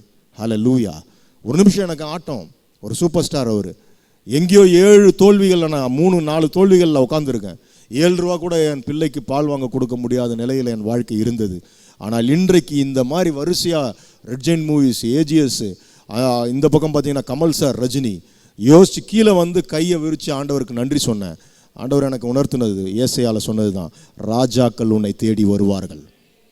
அவங்க தான் ராஜாக்கள். அன்னைக்கு உங்களுக்கும் ராஜாக்களை கொண்டு வந்து ஆண்டவர் சேர்ப்பார். நம்ம கரெக்டாக அவர்கிட்ட நிற்கிறப்ப, இன்றைக்கி யார் யார் இங்கே ராஜாவாக இருக்காங்க அவங்களாம் வந்து நிற்பாங்க. நீங்கள் போய் நிற்கணும்னு அவசியமே இல்லை. என் லைஃப்பில் நான் பார்த்துட்டேன், அதை என் லைஃப்பில் பார்த்தேன் நான். அவங்க தேடி வந்தாங்க. அவங்களாம் அவ்வளோ ஈஸியாக வர்ற ஆட்களே கிடையாது. அந்த வருடம் உனக்கு ஒரு கம்பெனி கிடைக்குமான்றது பெரிய விஷயம். அன்றைக்கி 2 company, red Jain movies, AGS, நடுவில் மைனான் போட்டு விளம்பரம் வருது. சினிமாவில் இருந்த மொத்த பேரோட காதலையும் புகை அடிக்குது. அவ்வளோ டென்ஷனாக வரானுங்க, இது எப்படி நடக்குதுன்னு. ஒரு சிலர் மட்டும் என்கிட்ட கூப்பிட்டு சொல்கிறாங்க, எப்பா நீ அடிக்கடி சொல்கிறீங்களப்பா ஜீசஸ் உண்மையில இருக்காருப்பா அப்படின்னாங்க. இதெல்லாம் என் காதில் நான் கேட்டிருக்கேன். ஆண்டவர் செய்தார். அந்த வருஷம் எனக்கு கொடுத்த வாக்குத்தத்தம் பார்த்தீங்கன்னா, ஒரு கம்பெனி எப்படி 2 கம்பெனி எப்படி ஆண்டவர்னு கேட்டப்ப, அந்த வருஷம் ஏஜி சபையில் எனக்கு கொடுத்த வாக்குத்தத்தம் ரெட்டிப்பான நன்மை உனக்கு தருவேன். ஆண்டவர் செய்தார். அந்த வருஷம் 2009 December release, 2010 first Ananda Vikatan issue வாங்கி பரட்டுறேன். ஃபஸ்ட்டு பேஜில் என் ஃபோட்டோ போட்டு அந்த வருடத்தோட சிறந்த இயக்குனராக என்னை தேர்ந்தெடுத்திருந்தார்கள். உன் பெயரை பெருமைப்படுத்தேன் கர்த்தர் சொன்னார். அதுக்கப்புறம் பார்த்தீங்கன்னா 124 நாடுகள் பங்கேற்ற உலக திரைப்பட விழாவில் என்னை சிறந்த இயக்குனராக தேர்ந்தெடுத்தாங்க. இந்தியாவிலேருந்து 2 ஃபிலிமு தான் வந்து துபாய் இன்டர்நேஷ்னல் ஃபெஸ்டிவலுக்கு போச்சு. அதில் ஒரு படம் மைனா போச்சு. நார்வேயில் பார்த்தீங்கன்னா கிட்டத்தட்ட ஒரு 5-6 அவார்ட்ஸ் அந்த படத்துக்கு. விஜய் டிவியில் ஒரு 7 அவார்டு. இது எல்லாம் கர்த்தர் செய்தார். ஆனால் ஒன்றுமே இல்லை, நான் வந்து நான் ஒரு அற்பமான ஒரு மனிதன், அவ்வளோதான். ஆண்டவரோடு நம்ம நடக்கிறப்ப நம்மளுடைய டிஎன்ஏ ஸ்ட்ரக்சரில் இருக்கக்கூடிய ஜெனட்டிக்கல் நாலேஜ்கள் எல்லாத்தையும் மாற்றி போடுற ஒரே சக்தி அவர்கிட்ட தான் இருக்குது. ஏன்னா அவர் தான் நம்மளுடைய படைப்பாளி. அவரால் எல்லாம் நடக்கும். இந்த கும்கி திரைப்படமும் அப்படி தான். இந்த கும்கி வந்து சாதாரண விஷயமே கிடையாது. 100 நாள் யானையை வச்சு வேலை செஞ்சுருக்கேன். ஒரு நாள் நீங்கள் யானையோட போனீங்கன்னா கிளம்பிடுவீங்க எல்லாருமே. 100 days I work with elephant. அது விளையாட்டு இல்லை, அது எந்த நேரத்தில் எப்படி வேணால் ரிஃப்ளெக்ட் பண்ணும் எலிஃபெண்ட்டுன்றது. ஆனால் கர்த்தருடைய பிள்ளையாக இருக்கிறப்ப நான் தைரியம் ஊட்டுறேன். நான் தைரியம் ஊட்டல, ஆண்டவருடைய நிழல் என் கூட இருக்கிறனால நான் போய் தந்தத்தில் கை வச்சு நிற்பேன். அந்த எலிஃபெண்ட் என்கிட்ட அவ்வளோ லவ்வபுளாக இருக்கும். அந்த அந்த அந்த படத்தோட கிளைமேக்ஸ் போர்ஷன் மட்டும் சொல்லி முடிக்கிறேன். கொட்டக்குடின்ற கிராமம் தேனி பக்கத்தில், கிட்டத்தட்ட ஒரு 7 நாள் தான் பேலன்ஸு. அந்த ஒரு 6 மாதம் அந்த வில்லேஜ் நான் செட்டு போட்டிருந்தேன். ஒரு விவசாய நிலத்தை எடுத்து செட்டு போட்டிருந்தேன்.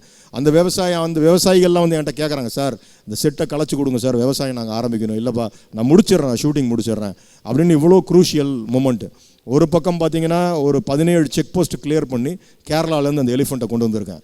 இந்த பக்கம் முல்லை பெரியார் பிரச்சனை ஆரம்பிச்சிருச்சு, போய் அனுப்பவும் முடியாது, ரொம்ப இக்கட்டில் இருக்க. அந்த ஷூட்டிங் நான் முடிக்கணும். காலைல செட்டில் போய் இறங்குற அந்த பாகன் என்கிட்ட ஓடியாடுறாரு, ஒரு மலையாளி அவர்.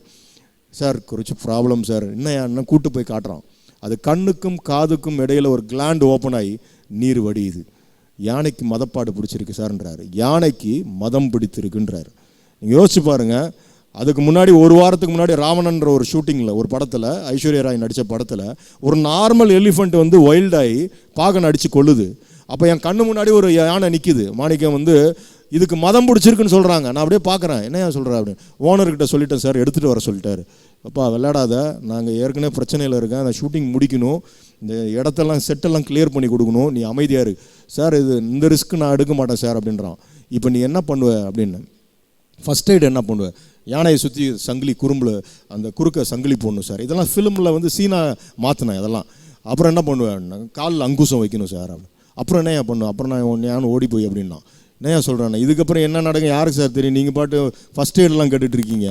நான் சொன்னேன், இந்த பிரச்சனை இந்த விஷயம் யூனிட்டுக்கு யாருக்குமே தெரியாமல் பார்த்துக்கணும். எவ்வளோ பாருங்கள், நான் ஒரு யானைக்கு மதம் பிடிச்ச விஷயத்தை நான் மறைக்க சொல்கிறேன் எல்லாருக்கிட்டையும். யாருக்கிட்டையுமே சொல்லாத நீனு. சார் நான் சொல்ல மாட்டேன், அது வந்து இருக்காதில்ல சார், அப்படி நீ அமைதியாக போய் உட்காருன்னேன். வேற ஒரு உலக பிரகாரமான மனிதனாக இருந்தால் இந்த சூழ்நிலையில் பேக்கப் பண்ணிட்டு போயிடுவான், ஷெட்யூல் பேக்கப், அவ்வளோதான். இந்த ரிஸ்க் எடுக்க மாட்டாங்க. ஆனால் கர்த்தருடைய பிள்ளையாக இருக்கிறப்ப, அவர் சூழ்நிலைகளை மாற்றி போடுகிற ஒரு தேவன் நம்மோடு இருக்கிறப்ப, அவாந்திர வெளிகளை ஆறுகளை உருவாக்குற ஒரு தேவன், அவரால் ஆகாதது ஒன்றும் இல்லைன்னு சொல்கிற அந்த விசுவாசத்தில் இருக்கிறதுனால நான் அந்த யானை கிட்ட போனேன். எப்பொழுதுமே அந்த மாணிக்கம் நான் போனோன்னே நான் தான் வெல்லம் கொடுப்பேன். அதுக்கு இனிப்பு ரொம்ப பிடிக்கும். ஸோ அது அப்படியே ஸ்டார் பண்ணது பார்க்குது. நான் கிட்ட போய் நின்றுட்டு அதுக்கிட்ட நின்று ஆண்டவர்கிட்ட ப்ரேயர் பண்ணேன். அவ்வளோதான். ஏசப்பா இந்த ஷூட்டிங் முடிகிற வரைக்கும் இந்த யானை என்கிட்ட ஒரு பூனை மாதிரி அமைதியாக இருந்துட்டு போகணும். இயேசுவின் நாமத்தில் உன்னை நான் கட்டுறேன்னு சொல்லிட்டு ஷூட்டிங்கை நான் பாட்டு ஆரம்பித்தேன். 7 நாள் முடிக்க வேண்டிய ஷூட்டிங் 14 நாள் மதம் பிடித்த யானையோடு வேலை செய்த அனுபவத்தை கர்த்தர் எனக்கு கொடுத்தார். ஹல்லேலூயா. இன்றைக்கி நினச்சா எனக்கு பயமாக இருக்கும், இன்றைக்கி நினச்சா எனக்கு ஆடும். எல்லாம் வீம்புக்கெல்லாம் நீங்கள் போய் இதை செஞ்சிடக்கூடாது. அன்னைக்கு சூழ்நிலை, உங்கள் சூழ்நிலை டைனோசர் மாதிரி வந்து நின்னாலும் கர்த்தர் இருக்கார், அவர் பார்த்துப்பார். நீங்களாக ஒரு வாலண்டியராக ஒரு சூழ்நிலை கிரியேட் பண்ணிட்டு போய் நின்று கர்த்தரை கூப்பிடக்கூடாது. நான் அவருக்கு தெரியும் பிள்ளை எந்த இடத்துலேருந்து எடுக்கணும், எந்த இடத்துலேருந்து அவரை வந்து விடுதலை கொடுக்கணும், அவருக்கு தெரியும். அந்த இடத்துல எனக்கு இப்போ இன்றைக்கி அது ஒரு பெரிய சாட்சி எனக்கு. அப்போ அந்த எலிஃபெண்ட் 14 நாள் அமைதியாக இருந்துச்சு. நிறைய பேருக்கு 4 நாள் 5 நாளைக்கு அப்புறம் தான் தெரிய ஆரம்பிச்சிச்சு. விக்ரம் பிரபுவே அது ஒரு யானையோட காதை பிடிச்சோன்னு அது கால் தூக்கும், அது தூக்க மாட்டேங்குது. அது ஏன்னா அதோட மனநிலை அதுக்கிட்ட இல்லை, அது வேற ஒரு திசையில் நிற்கிது. அவன் வந்து சொல்லுவான், சார் என்ன சார் அது ஒன்றுமே சொன்னதை கேட்கவே மாட்டேங்குது, எனக்கு மட்டும் தான் தெரியும் அதுக்கு மதம் பிடிச்சிருக்குன்னு. இல்லை நல்லா இறுக்கி பிடி தூக்கும் அப்படின்னு தைரியமாக சொல்லுவேன். இன்னும் இழுத்தா ஒரு சவுண்டெல்லாம் கொடுக்கும். என்ன சார்ன்ற ராமையா வேறு மாதிரிலாம் சவுண்டு கொடுக்குது சார், அது சிங்கம் மாதிரிலாம் கர்ஜிக்குது. அது ஒரு யானை மதம் பிடித்த யானையோட அனுபவம் பார்க்குறேன் கிட்டத்தில். அதோட யூஷுவல் சவுண்ட்ஸ் எல்லாம் மாறுது. அப்போ அது கூட நிற்கிற ஒரு தைரியத்தையும் பலனையும் கர்த்தர் கொடுக்குறார்.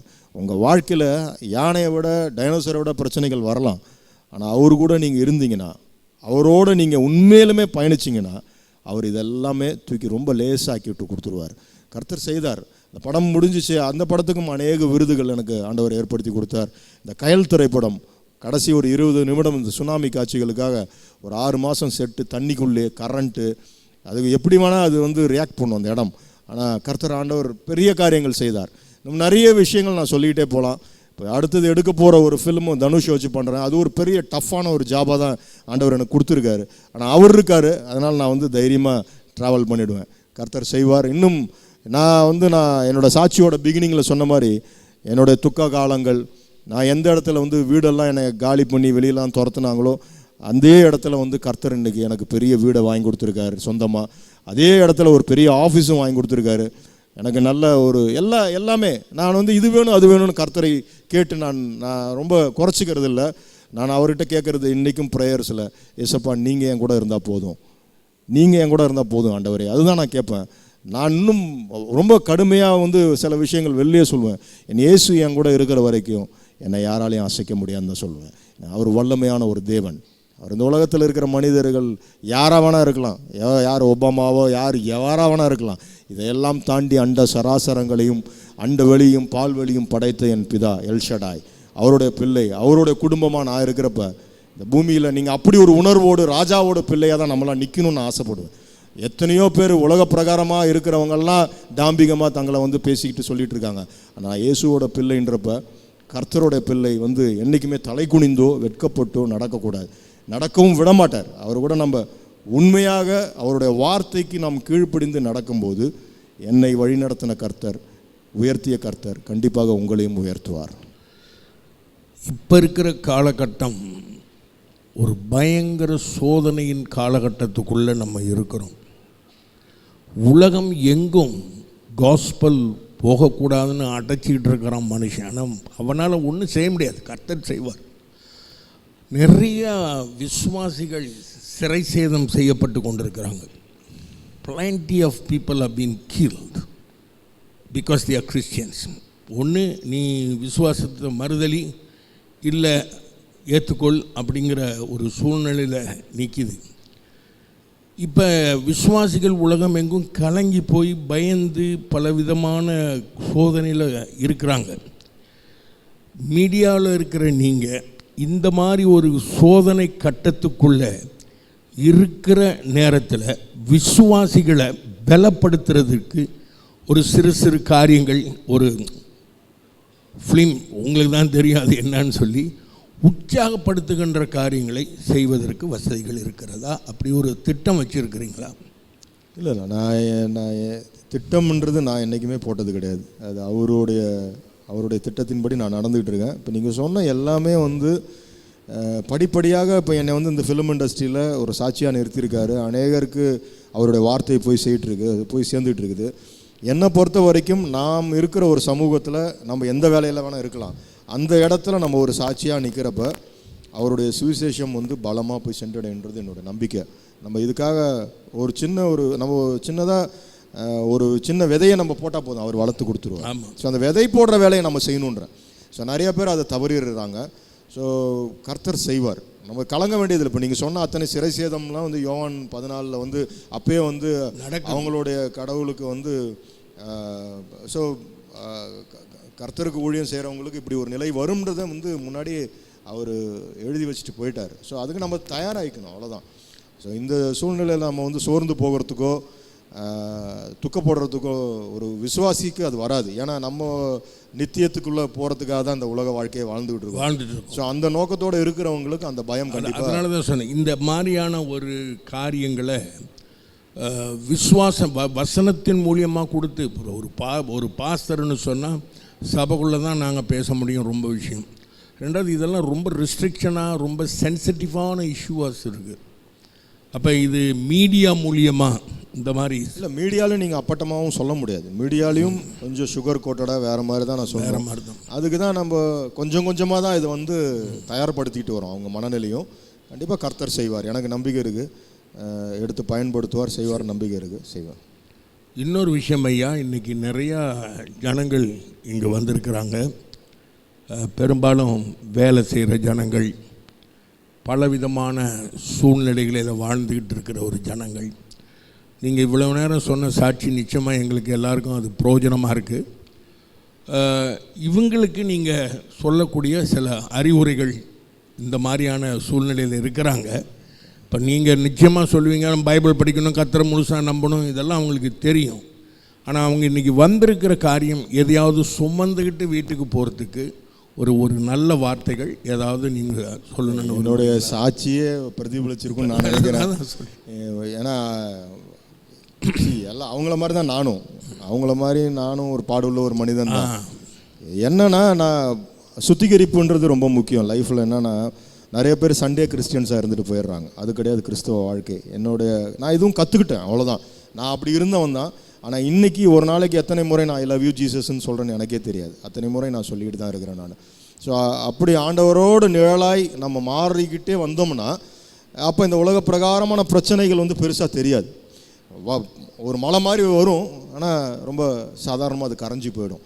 ஸோ இந்த அனுபவத்தை பெறணும்னா நம்ம வந்து 24/7 வந்து கிரைஸ்டுக்குள்ளே நம்ம எங்கே நம்ம ஒர்க் ஸ்பாட்லேயோ நிற்கிறப்பையோ நடக்கிறப்போ பஸ் ஸ்டாண்டில் நிற்கிறப்போ எங்கே இருந்தாலும் சரி, it is very easy to access with God. So அவரோட நம்ம அந்த ஒரு பழக்கம் எனக்குள்ளே வந்துச்சு. அது வந்ததுனால எனக்கு என்ன பிரச்சனைகள் வந்தாலும், என்ன சோர்வுகள் வந்தாலும், ஃபைனான்ஷியலாக ஏதாச்சும் ஒரு டிஸ்டர்பன்ஸ் வந்தாலும் நான் ஆண்டவர்கிட்ட முன் வச்சுருவேன். ஆண்டவரே இது உங்களுக்கு தெரியும், நீங்கள் பார்த்துங்க, நீங்கள் விட்டுற மாட்டீங்க என்ன. அப்போ அவர் கூட ஒரு இன்ட்ராக்ஷன் பேசிக்கிட்டே இருக்கிறது அப்படின்னு வழி நடத்துகிறார். ஸோ எல்லாத்த விட ஜெப வாழ்க்கை அது ரொம்ப முக்கியம். ஜெபத்துக்கான நீங்கள் நேரத்தை அதிகப்படுத்த என் லைஃப்பில் நான் பார்த்தது ஃபஸ்ட்டு முழங்கால் படிக்கிட்டு என்னோடய வாழ்க்கை முழங்கால் படிக்கிட்டு 2 கையும் மேலே தூக்குனதுக்கப்புறம் எனக்கு வந்து அப்லிஃப்ட் தான் என்னோடய வாழ்க்கையில். நான் கையை எப்போ அவர் கூட நான் கனெக்ட் பண்ண ஆரம்பித்தேனோ he started to pick me up. அப்போ நமக்குள்ளே அந்த ஒரு சரண்டர், ஒரு எந்த வித இதுவும் இல்லை. அப்பா கிட்ட ஓப்பனாக அவர்கிட்ட என்ன நம்ம ஈகோ பார்க்க முடியுமா? அவர் யார்? 2 சராசங்களையும் படைத்த ஒரு தேவன். ஸோ அப்போ நமக்குள்ளே இருக்கிற எல்லாத்தையும் தூக்கி வெளியே எரிஞ்சிட்டு நீங்கள் இல்லைன்னா எனக்கு எதுவுமே இல்லைப்பா அப்படின்னு சொல்லிட்டீங்கனாலே you will be very much easily connected with God. அதுதான் என்னுடைய அனுபவம் லைஃப்பில். நீங்களும் அதே மாதிரி நீங்கள் என்ன வேலை செஞ்சாலும் சரி, அதுக்குள்ளே ஒரு ஹானஸ்டி, அதுக்குள்ளே ஒரு நேர்த்தி, உண்மை, அந்த இடத்துல நீங்கள் ஒரு சாட்சியாக நிற்கிறப்ப ஆண்டவர் உங்களை உயர்த்துவார். அது சிம்பிள். Very nice explanation. தம்பி பிரபு சோலமன் அழகாக சில காரியங்களை நமக்கு மனசில் பதியும்படி செய்தார். கர்த்தர் மேல் பாரத்தை வைத்துவிட கலங்கி தவிக்காது. நமக்கு குடும்பம், வேலை எல்லாமே இருக்குது. ஆனால் அவர் சொல்லக்கூடிய ஒரு காரியம் என்னன்னா, வளர்ந்தவங்களுக்கு புரியும், கர்த்தரை சார்ந்து வாழ்கிற ஒரு வாழ்க்கை. அந்த கர்த்தரை சார்ந்து வாழ்கிற ஒரு வாழ்க்கைக்குள் கடந்து வரும் பொழுது இருக்கோ இல்லையோ கர்த்தர் இருக்கிறார் என்கிற அந்த நிறைவானப்பட்டது உள்ளுக்கு வருது.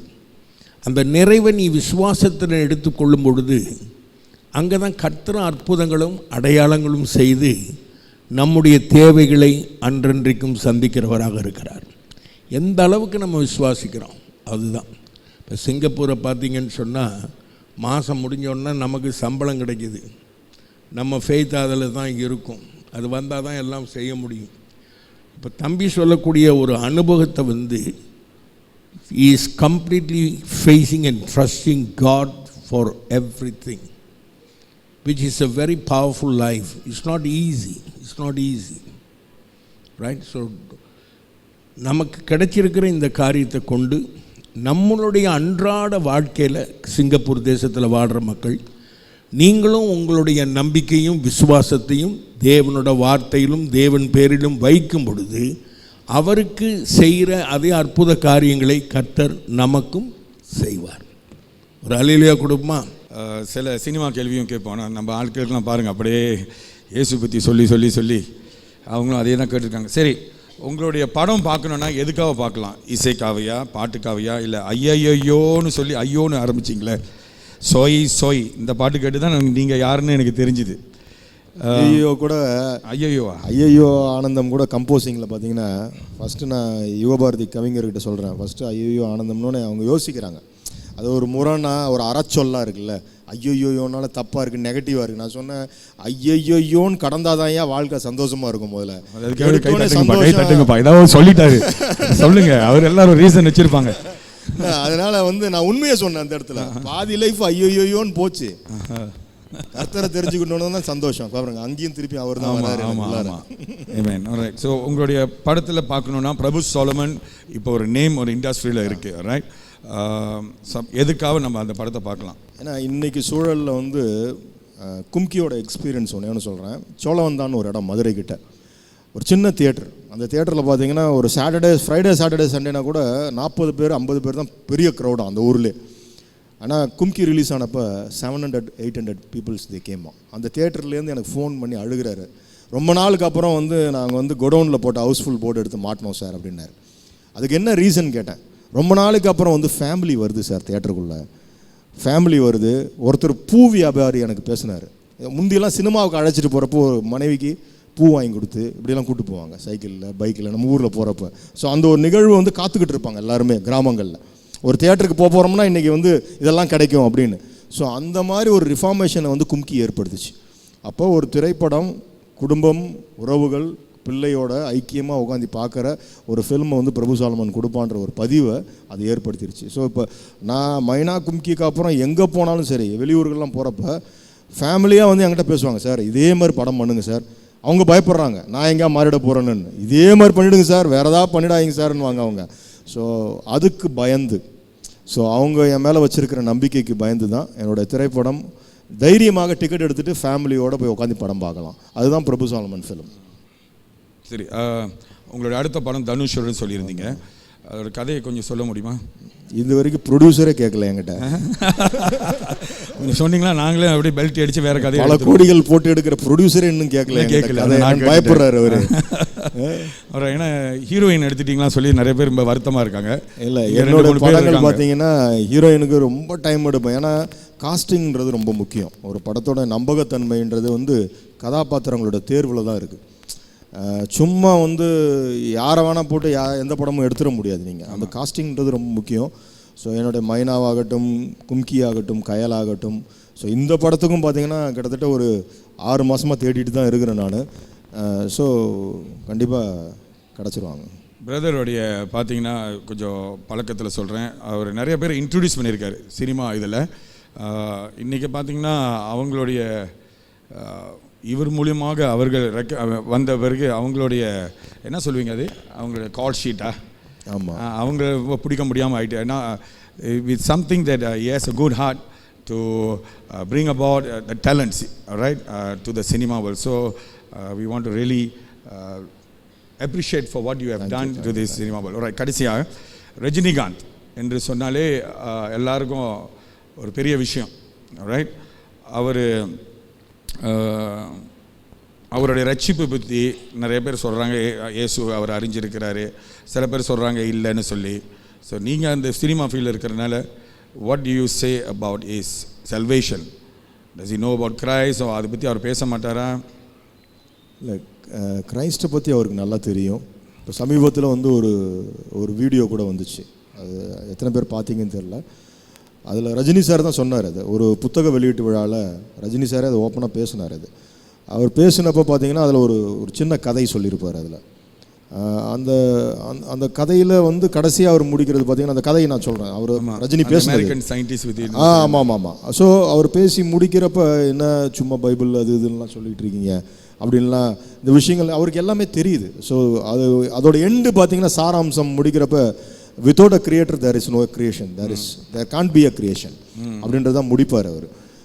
இன்னொன்று எனக்கு பர்சனலாக என்னென்னா, ஆஃப்டர் கும்கி எனக்கு மைனா பார்த்துட்டும் பேசினார், கும்கி பார்த்துட்டு எனக்கு ஃபோனில் பேசினார். அவர் வீட்டில் தான் கும்கி நாங்கள் போட்டோம். ஸோ நான் அடுத்த நாளே கூப்பிட்டு பேசினார்.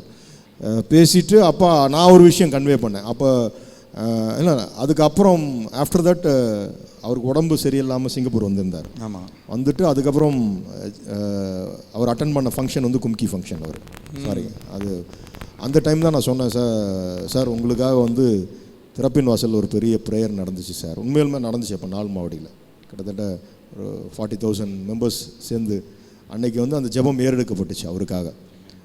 அவர் ரொம்ப சந்தோஷப்பட்டார்.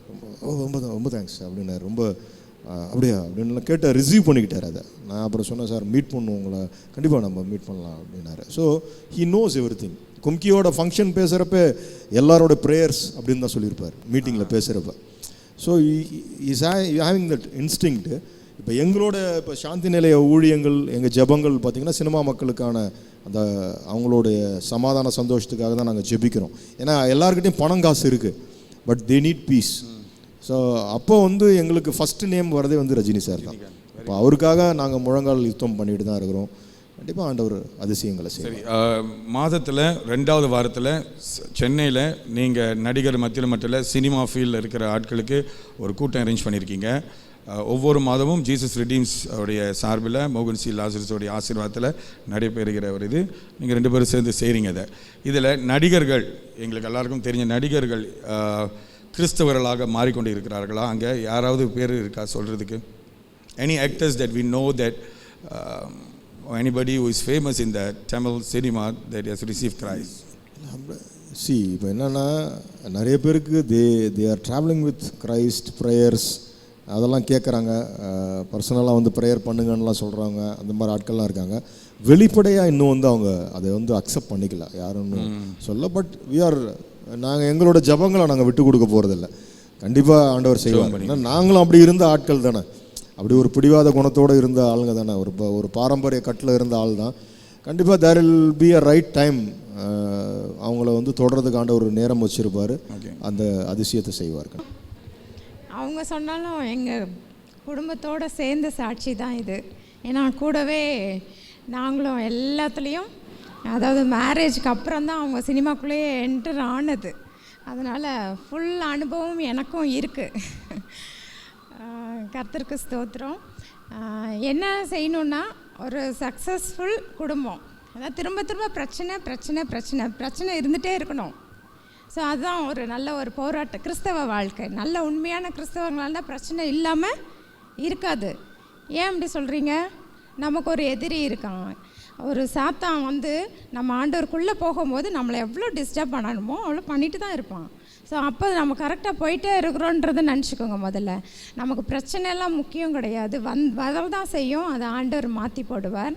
அந்த வேலையில் நம்ம என்ன செய்யணும்னா அவரை துதிக்கணும். ஜெபிக்க முடியாத நேரத்தில் கூட நம்மளால் துதிக்க முடியும். நிறைய பாடல்கள் இருக்குது, பாடுறது ஒரு துதி. நீங்கள் எந்த நேரமும் இயேசுவே உம்மை ஸ்தோத்திரிக்கிறேன் துதிக்கிறேன்னு சொல்ல நம்மளால் முடியும். துதிச்சு பாருங்கள், அதுக்கப்புறம் கிளியர் ஆகும், ஜெபிக்க முடியும். இது நான் எதுவுமே பிளான் பண்ணலை, பாஸ்டர் சொன்னோன்னே இதை ஆவியானவர் நம்மளோட பேசுகிறாரு. ஸோ முதல்ல மத்தேயு 6:33, முதலாவது தேவனுடைய ராஜ்யத்தையும் அவருடைய நீதியையும் தேடுங்கள், அப்பொழுது இவைகள் எல்லாம் உங்களுக்கு கூட கொடுக்கப்படுமா? கூட கொடுக்கப்படுமா? கூடன்னா நிறையா. ஸோ ஆண்டவர் நம்மளை ஆசீர்வதிக்கணும்னா ஒரு லிமிட் கிடையாது, நம்ம நினைக்கிற அளவு கிடையாது, பரிபூர்ணமாய் ஆசீர்வதிக்கிற தேவன். அதனால தான் நாங்கள் எப்பயுமே என்னுடைய திருமணம் எடுத்துக்கிட்டால் கூட ஆண்டவருடைய சித்தத்துக்கு ஒப்பு கொடுத்து நான் ஜெபித்தேன். இந்த எங்களுக்கு பேசும்போது எங்களுக்கு சீக்கிரம் மேரேஜ் ஆனாலும் நான் ஒப்பு கொடுத்தேன். ஸோ நம்மளாக ஒரு பர்சனை செலக்ட் பண்ணி ப்ரேயர் பண்ணுறதோட ஆண்டவராக கொடுக்குற வாழ்க்கை ஆசீர்வாதமாக இருக்கும். எப்படின்னா அவருடைய சித்தத்தின்படி. மேரேஜ் ஆகாதவங்க அந்த பாயிண்ட்டை நோட் பண்ணிக்கோங்க. ஆண்டவருடைய சித்தத்துக்கு உங்கள் வாழ்க்கை துணை கிடைக்கும் அப்படின்னா அது ஆசீர்வாதமாக தான் இருக்கும். எவ்வளோ கஷ்டம் வந்தாலும் எங்களோட கூட இருந்து எங்கள் கரம் பிடித்து நடத்திட்டே வந்துட்டே இருக்கிறார். ஹல்லேலூயா. ஒரு நாள் எங்களை சோர்வாக விடலை. இதெல்லாம் திரும்பி பார்க்கும்போது தான் அவ்வளோ கஷ்டம், இதெல்லாம் நாங்கள் சொல்கிறோம். ஸோ இப்போ யோசிக்கிறோம், அதெல்லாம் கடந்து வந்துடும். ஆனால் அந்த நேரத்தில் ஆண்டவர் ஒரு நாளும் எங்களை துக்கத்தில் தள்ளலை, அழுதுட்டு மூலையில் உட்கார விடலை. எங்களை நடத்திட்டு வந்த தேவன் இயேசு உங்களையும் நடத்துவார். ஹல்லேலூயா.